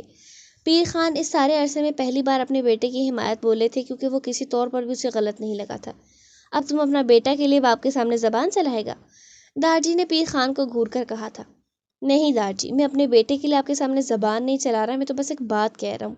انہوں نے غصے میں دیکھ کر ایک کمزور سی دلیل دی تھی، جو ہرگز کارگر ثابت نہیں ہوئی تھی، کیونکہ وہ مردان خانے سے باہر نکل گئے تھے۔ پیچھے پیر خان اور چھوٹے خان ایک دوسرے کی طرف دیکھ کر تعصب سے گہرا سانس بھرا تھا۔ تم ہوتے کون ہو میری بیٹی کی شادی کا فیصلہ کرنے والے؟ رضا بیگم نے شیر خان کو یمامہ کی ایک ہفتے بعد شادی کے بارے میں جیسے ہی بتایا، وہ طیش میں آ گئے اور غصے میں سیدھا اس کے کمرے میں آ گئے۔ اب وہ اس کے سامنے تھے۔ میں اس کا لالا ہوں، اس کی زندگی کے متعلق فیصلہ کر سکتا ہوں، اس نے اس سے بھی زیادہ چلا کر کہا تھا۔ میسا بھی وہیں پر موجود تھی اور ان دونوں کو یوں غصے میں دیکھ کر خاصی دہل بھی گئی تھی۔ اس کا باپ ابھی زندہ ہے، اس کی زندگی کا فیصلہ کرنے کے لیے تمہیں فکر کرنے کی ہرگز ضرورت نہیں ہے۔ ختم کرو یہ سب، تم سمجھے نا؟ انہوں نے انگلی اٹھا کر اس سے کہا تھا۔ باپ؟ اس نے باپ کو ذرا لمبا کیا تھا۔ کون سا باپ؟ ہاں، وہ باپ جو اس کی ماں کو جانوروں کی طرح پیٹتا ہے؟ نہیں شیر خان صاحب، آپ ہمارے باپ نہیں ہو سکتے۔ زکوان بچے، چپ کر جاؤ نا، تمہارے بابا ہیں۔ رضا بیگم نے اسے خاموش رہنے کے لیے کہا تھا۔ کس مٹی کی بنی ہوئی ہیں آپ مورے؟ بتائیں مجھے، آخر کس مٹی کی ہیں آپ؟ اس نے اپنی ماں کو جھنجھوڑ ڈالا تھا۔ اس شخص نے زندگی بھر آپ کو پیٹا، ایک منٹ کے لیے بیوی ہونے کا مان نہیں دیا۔ ایسے انسان کے لیے آپ میرے سامنے بول رہی ہیں جو اس انسان کہلانے کے بھی لائق نہیں ہے۔ زکوان، اپنی بکواس بند کرو۔ شیر خان نے تھپڑ زکوان کے منہ پر مارا تھا۔ میسا اور رضا بیگم نے بیک وقت منہ پر ہاتھ رکھے تھے۔ یہی اصلیت ہے آپ کے شیر خان صاحب، بالکل یہی، اس کے علاوہ آپ کو کچھ نہیں آتا۔ وہ بھی آخر شیر خان کی اولاد تھا، پیچھے کہاں رہنے والا تھا۔ مجھے شرم آ رہی ہے یہ سوچتے ہوئے بھی کہ میں زکوان شیر خان آپ کا بیٹا ہوں۔ میرے نام کے آگے آپ کا نام لگتا ہے۔ آپ کا نام آج مجھے اپنے وجود پر ایک گالے کی طرح لگ رہا ہے، ایک ایسی گالی جس کی کوئی معافی نہیں ہے۔ ساری زندگی آپ مجھے وہ بناتے گزار دی جو میں تھا ہی نہیں۔ میری شخصیت برباد کر دی آپ نے۔ کیسے کہتے ہیں آپ کہ آپ باپ کہلانے کے لائق ہیں؟ میری مورے سے آپ نے مجھے ہمیشہ دور رکھا، اور خود آپ نے کیا کیا ان کے ساتھ؟ وہ بول نہیں رہا تھا، چیخ رہا تھا۔ وہ سب میں نے تمہاری محبت میں کیا تھا بچے۔ انہوں نے اسے قائل کرنے کے لیے کمزور دلیل دی تھی۔ میری محبت میں نہیں کیا تھا، آپ نے میری موری سے نفرت میں کیا تھا۔ آپ کو اپنے برتر ہونے کا غرور تھا، اور وہی غرور آپ نے میری ذات میں بھی انڈیل دیا تھا، جس نے کبھی مجھے اس کے سامنے جھکنے نہیں دیا۔ وہ تو پتہ نہیں اللہ کو میری کون سی نیکی پسند آ گئی جو اس نے مجھے اپنی بیوی کے ساتھ آپ جیسے سلوک نہیں کرنے دیا تھا۔ میں جتنی بار اس کا شکر ادا کروں کم ہے، لیکن میں آپ کو کبھی معاف نہیں کروں گا، کیونکہ آپ نے میری ماں کی زندگی برباد کر دی، ان کی ساری شخصیت رول دی ہے آپ نے۔ نہیں آپ باپ کہلانے کے لائق، میری اور یمامہ کی صرف ایک مورے ہے، بس جائیں یہاں سے۔ اس نے انہیں دروازے کی طرف دھکیلا تھا اور خود ہی فرش پر بیٹھ گیا۔ اسے آج اپنا آپ ہارا ہوا محسوس ہو رہا تھا، جو بالکل خالی ہاتھ تھا۔ اس نے اپنے بے ساختہ امڑنے والے آنسوؤں کو انتہائی بے دردی سے رگڑا تھا اور خود کو واش روم میں بند کر لیا تھا۔ پیچھے رضویٰ بیگم اور میسا دکھ سے اسے دیکھتی رہ گئی تھیں۔ صبح وہ فجر کے وقت اٹھی تھی۔ اس نے وضو کیا اور نماز کی نیت باندھی۔ آج ایک عرصے بعد اس کی دعا میں صبر کے ساتھ شکر کا عنصر بھی شامل تھا۔ یہ دو ایسی چیزیں تھیں جو انبہار صالح خان کی زندگی کا حاصل تھیں۔ وہ اگر اپنی زندگی میں مطمئن تھی تو صرف اس وجہ سے کہ وہ ہر نماز میں خود کے لیے بے انتہا صبر مانگتی تھی۔ وہ آج تک کبھی اپنے اللہ کے آگے عشق کے لیے گڑ گڑائی نہیں تھی، کیونکہ وہ ہمیشہ صبر کرنے والوں میں سے تھی۔ جب وہ شخص اس کی دسترس میں نہیں تھا تب صبر کرتی تھی، اب دسترس میں ہے تو شکر کرتی ہے، اور اللہ کو شاید اس کا صبر اور شکر دونوں ہی پسند ہے، کیونکہ وہ اللہ کی آزمائش کے آگے ہمیشہ سر خم کرتی ہے۔ اللہ کا شکر ادا کر کے اس نے ہاتھ منہ پر پھیرے، کچھ قرآنی آیات پڑھ کر سوئے ہوئے اپنی جان سے عزیز شخص کے اوپر پھونکی۔ اس میں اس کی سلامتی تھی، ترقی تھی، اور ہمیشہ درست فیصلہ کرنے کی استطاعت۔ اسے دیکھ کر وہ ہلکا سا مسکرائی۔ اسے ایک سکون اپنے اندر اترتا ہوا محسوس ہو رہا تھا۔ اسے دن بدن ایسا محسوس ہو رہا تھا جیسے یہ شخص اس کی زندگی میں ایک دن نہ بھی ہوتا تو وہ سانس بھی نہ لے پائے۔ وہ متواتر مسکرا رہی تھی۔ کیا دیکھ کر مسکرا رہی ہو؟ اس نے آنکھیں بند کیے ہوئے اس سے پوچھا تھا۔ یہ نہیں رہا تھا کہ وہ جاگ رہا تھا، بس اسے محسوس ہوا تھا جیسے وہ اسے دیکھ کر مسکرا رہی ہے۔ آپ جاگ رہے ہیں؟ اس نے حیران ہوتے ہوئے پوچھا تھا۔ ابھی تک تو نہیں جاگ رہا، لیکن اب جاگ گیا ہوں۔ اس نے آنکھیں کھول کر اس کی جانب دیکھا جو نماز کی طرز کا دوپٹہ لیے اس کے پاس کھڑی تھی۔ اگر آپ جاگ گئے ہیں تو فجر کی نماز بھی پڑھ لیں پلیز۔ اس نے اس کو نماز کی راضی کے لیے ایک مہم سی کوشش کی تھی۔ میں نے کبھی نماز نہیں پڑھی، مجھے رکعت یاد نہیں رہتی۔ نماز کی آتی ہے، بچپن میں دارجی نے اور مورے نے سکھائی تھی تو مجھے آتی ہے۔ اس نے شرمندہ ہوتے ہوئے کہا تھا۔ وہ امتحان کے سامنے دن بدن بے بس ہو رہا تھا، وہ اسے کچھ بھی تلخ نہیں کہہ پاتا تھا۔ اگر میں آپ کو رکھتے بتاؤں تو کیا آپ نماز پڑھیں گے؟ اس نے پتہ نہیں کیوں یہ سوال کیا تھا۔ درار انکار کرنا چاہتا تھا مگر اس کی گہری سمندری آنکھوں میں چمکتی امید کو وہ بجھا نہیں سکتا تھا۔ اس نے بہت آہستہ جواب دیا جسے امبہار بمشکل ہی سن پائی تھی۔ چلیں پھر اٹھے۔ اس نے اپنا دودھیا نرم ہاتھ اس کے آگے کیا جسے درار نے مسکرا کر تھام لیا۔ وہ بستر سے اٹھ کر واش روم تک چھوڑنے آئی اور خود صوفے پر بیٹھ کر اس کا انتظار کرنے لگی۔ کچھ دیر بعد اس کی جھنجھلائی ہوئی آواز امبہاج کے کانوں میں پڑی۔ امبہاج؟ جی؟ اس نے صوفے سے اس کی پکار کا جواب دیا۔ یار وضو کیسے کرتے ہیں؟ اس نے اس سے پوچھا تھا۔ امبہاج صوفے سے اٹھ کر واش روم کے دروازے پر گئی تھی۔ آپ ایسا کریں، پہلے 3 بار ہاتھ دھوئیں اچھے سے، اس کے بعد 3 بار کلی کریں، اس کے بعد 3 بار ناک میں پانی ڈالیں اور پھر 3 ہی بار منہ دھوئیں۔ درار نے اس کی ہدایت پر عمل کیا تھا۔ اب 3 بار بازو دھوئیں کوہنیوں تک۔ اس نے بازو دھونے چاہیں لیکن وہ کوہنیوں تک نہیں دھو رہا تھا صحیح سے۔ امبہاج نے بے ساختہ اپنے سر پر ہاتھ مارا تھا۔ خود اس کے پاس اندر چلی گئی۔ اس نے اس کا ایک بازو پکڑا تھا، آستین اوپر کو فولڈ کی، اس کا بازو پکڑ کر امبہاج نے نل کے نیچے کیا اور کوہنی تک اس کے بازو کو دھویا۔ اس لمحے میں درار اسے یکٹک دیکھ رہا تھا۔ اسے ایک نیک عورت نیکی کی طرف لے کر جا رہی تھی۔ وہ چاہ کر بھی اس نیک عورت کو جو اس کی بیوی تھی اس کی نیکی کی پکار کو جھٹک نہیں سکا تھا۔ وہ دھیرے دھیرے جا رہا تھا عشق کی وسعت کی طرف، جہاں زندگی اس کی منتظر تھی، جہاں نیکی اس کی راہ دیکھ رہی تھی، جہاں اسے چلنا تھا اپنے نیک اور پاکیزہ محرم کے ساتھ۔ اس نے بڑی رغبت سے اور دل سے وضو کیا تھا۔ وضو کرنے کے بعد اس نے 2 رکعت سنت پڑھنے کو کہا اور پھر 2 رکعت فرض نماز کے بعد اس نے درار کو دعا مانگنے کے لیے کہا تھا۔ کیا مانگوں؟ مانگنے کے لیے کچھ ہے ہی نہیں۔ اس کی بات کے جواب میں امبہاج حیران ہوئی تھی کیونکہ وہ زندگی میں پہلا شخص دیکھ رہی تھی جس کے پاس مانگنے کے لیے کچھ نہیں تھا۔ انسان کے پاس ہمیشہ اپنے اللہ سے مانگنے کے لیے کچھ نہ کچھ ہوتا ہے، تو پھر آپ کیسے کہہ سکتے ہیں کہ آپ کے پاس مانگنے کے لیے کچھ نہیں ہے؟ اس نے سوال کیا تھا۔ شاید اب سے پہلے میرے پاس مانگنے کے لیے کچھ نہیں تھا، کچھ تھا لیکن اب لگ رہا ہے سب مکمل ہو گیا ہے۔ اس نے بہت غور سے اس کا چہرہ دیکھتے ہوئے کہا تھا جس پر امبہاج ہلکا سا مسکرائی تھی۔ تھوڑی کا تل آج دوپٹے کے تھوڑا اوپر چمک رہا تھا، وہ اس کے چہرے کے دودھیا رنگ کو اور بھی نمایاں کر رہا تھا۔ جب مانگنے کے لیے کچھ نہ ہو تو آپ کے پاس جو ہو اس کا شکر کر لینا چاہیے، اس سے آئندہ مانگنے میں ہمت رہتی ہے اور اس شکر کے بل پر آپ اللہ کے سامنے بغیر شرمندہ ہوئے اپنی گزارش رکھ سکتے ہیں۔ اس نے اس کے دونوں ہاتھ پکڑ کے دعا کے انداز میں جوڑے تھے۔ تمہیں لگتا ہے کبھی مجھے کچھ مانگنے کی نوبت آئے گی اللہ سے؟ وہ پتہ نہیں کیوں یہ سوال اس سے کر رہا تھا، وہ نہیں جانتا تھا، بس الفاظ منہ سے ادا ہو گئے تھے۔ ہاں، مجھے لگتا ہے آپ کو بہت اللہ کے آگے ہاتھ پھیلان پڑیں گے اور اس وقت آپ کے شکر کا عنصر آپ کے بہت کام آئے گا۔ تب آپ کو مانگتے ہوئے شرمندگی نہیں ہوگی کیونکہ اس لمحے آپ کو شدید ضرورت ہوگی۔ اس نے ٹھہر ٹھہر کر اس سے کہا تھا۔ اوکے تو پھر میں شکر مانگ لیتا ہوں۔ اس نے اسے کہا اور خود کمرے کا دروازہ کھول کر باہر نکل گئی اور پیچھے اس نے اپنے جڑے ہوئے ہاتھ دیکھے اور بولنا شروع کیا۔ تیرا شکر ہے تو نے مجھے جو بھی آج تک عطا کیا، بس۔ اور وہ جائنماز سے اٹھ گیا۔ اس لمحے اس کے دل میں ایک عجیب سا سکون تھا، ایک عجیب سا اطمینان اسے محسوس ہو رہا تھا جسے لفظوں میں وہ شاید بیان نہ کر پاتا۔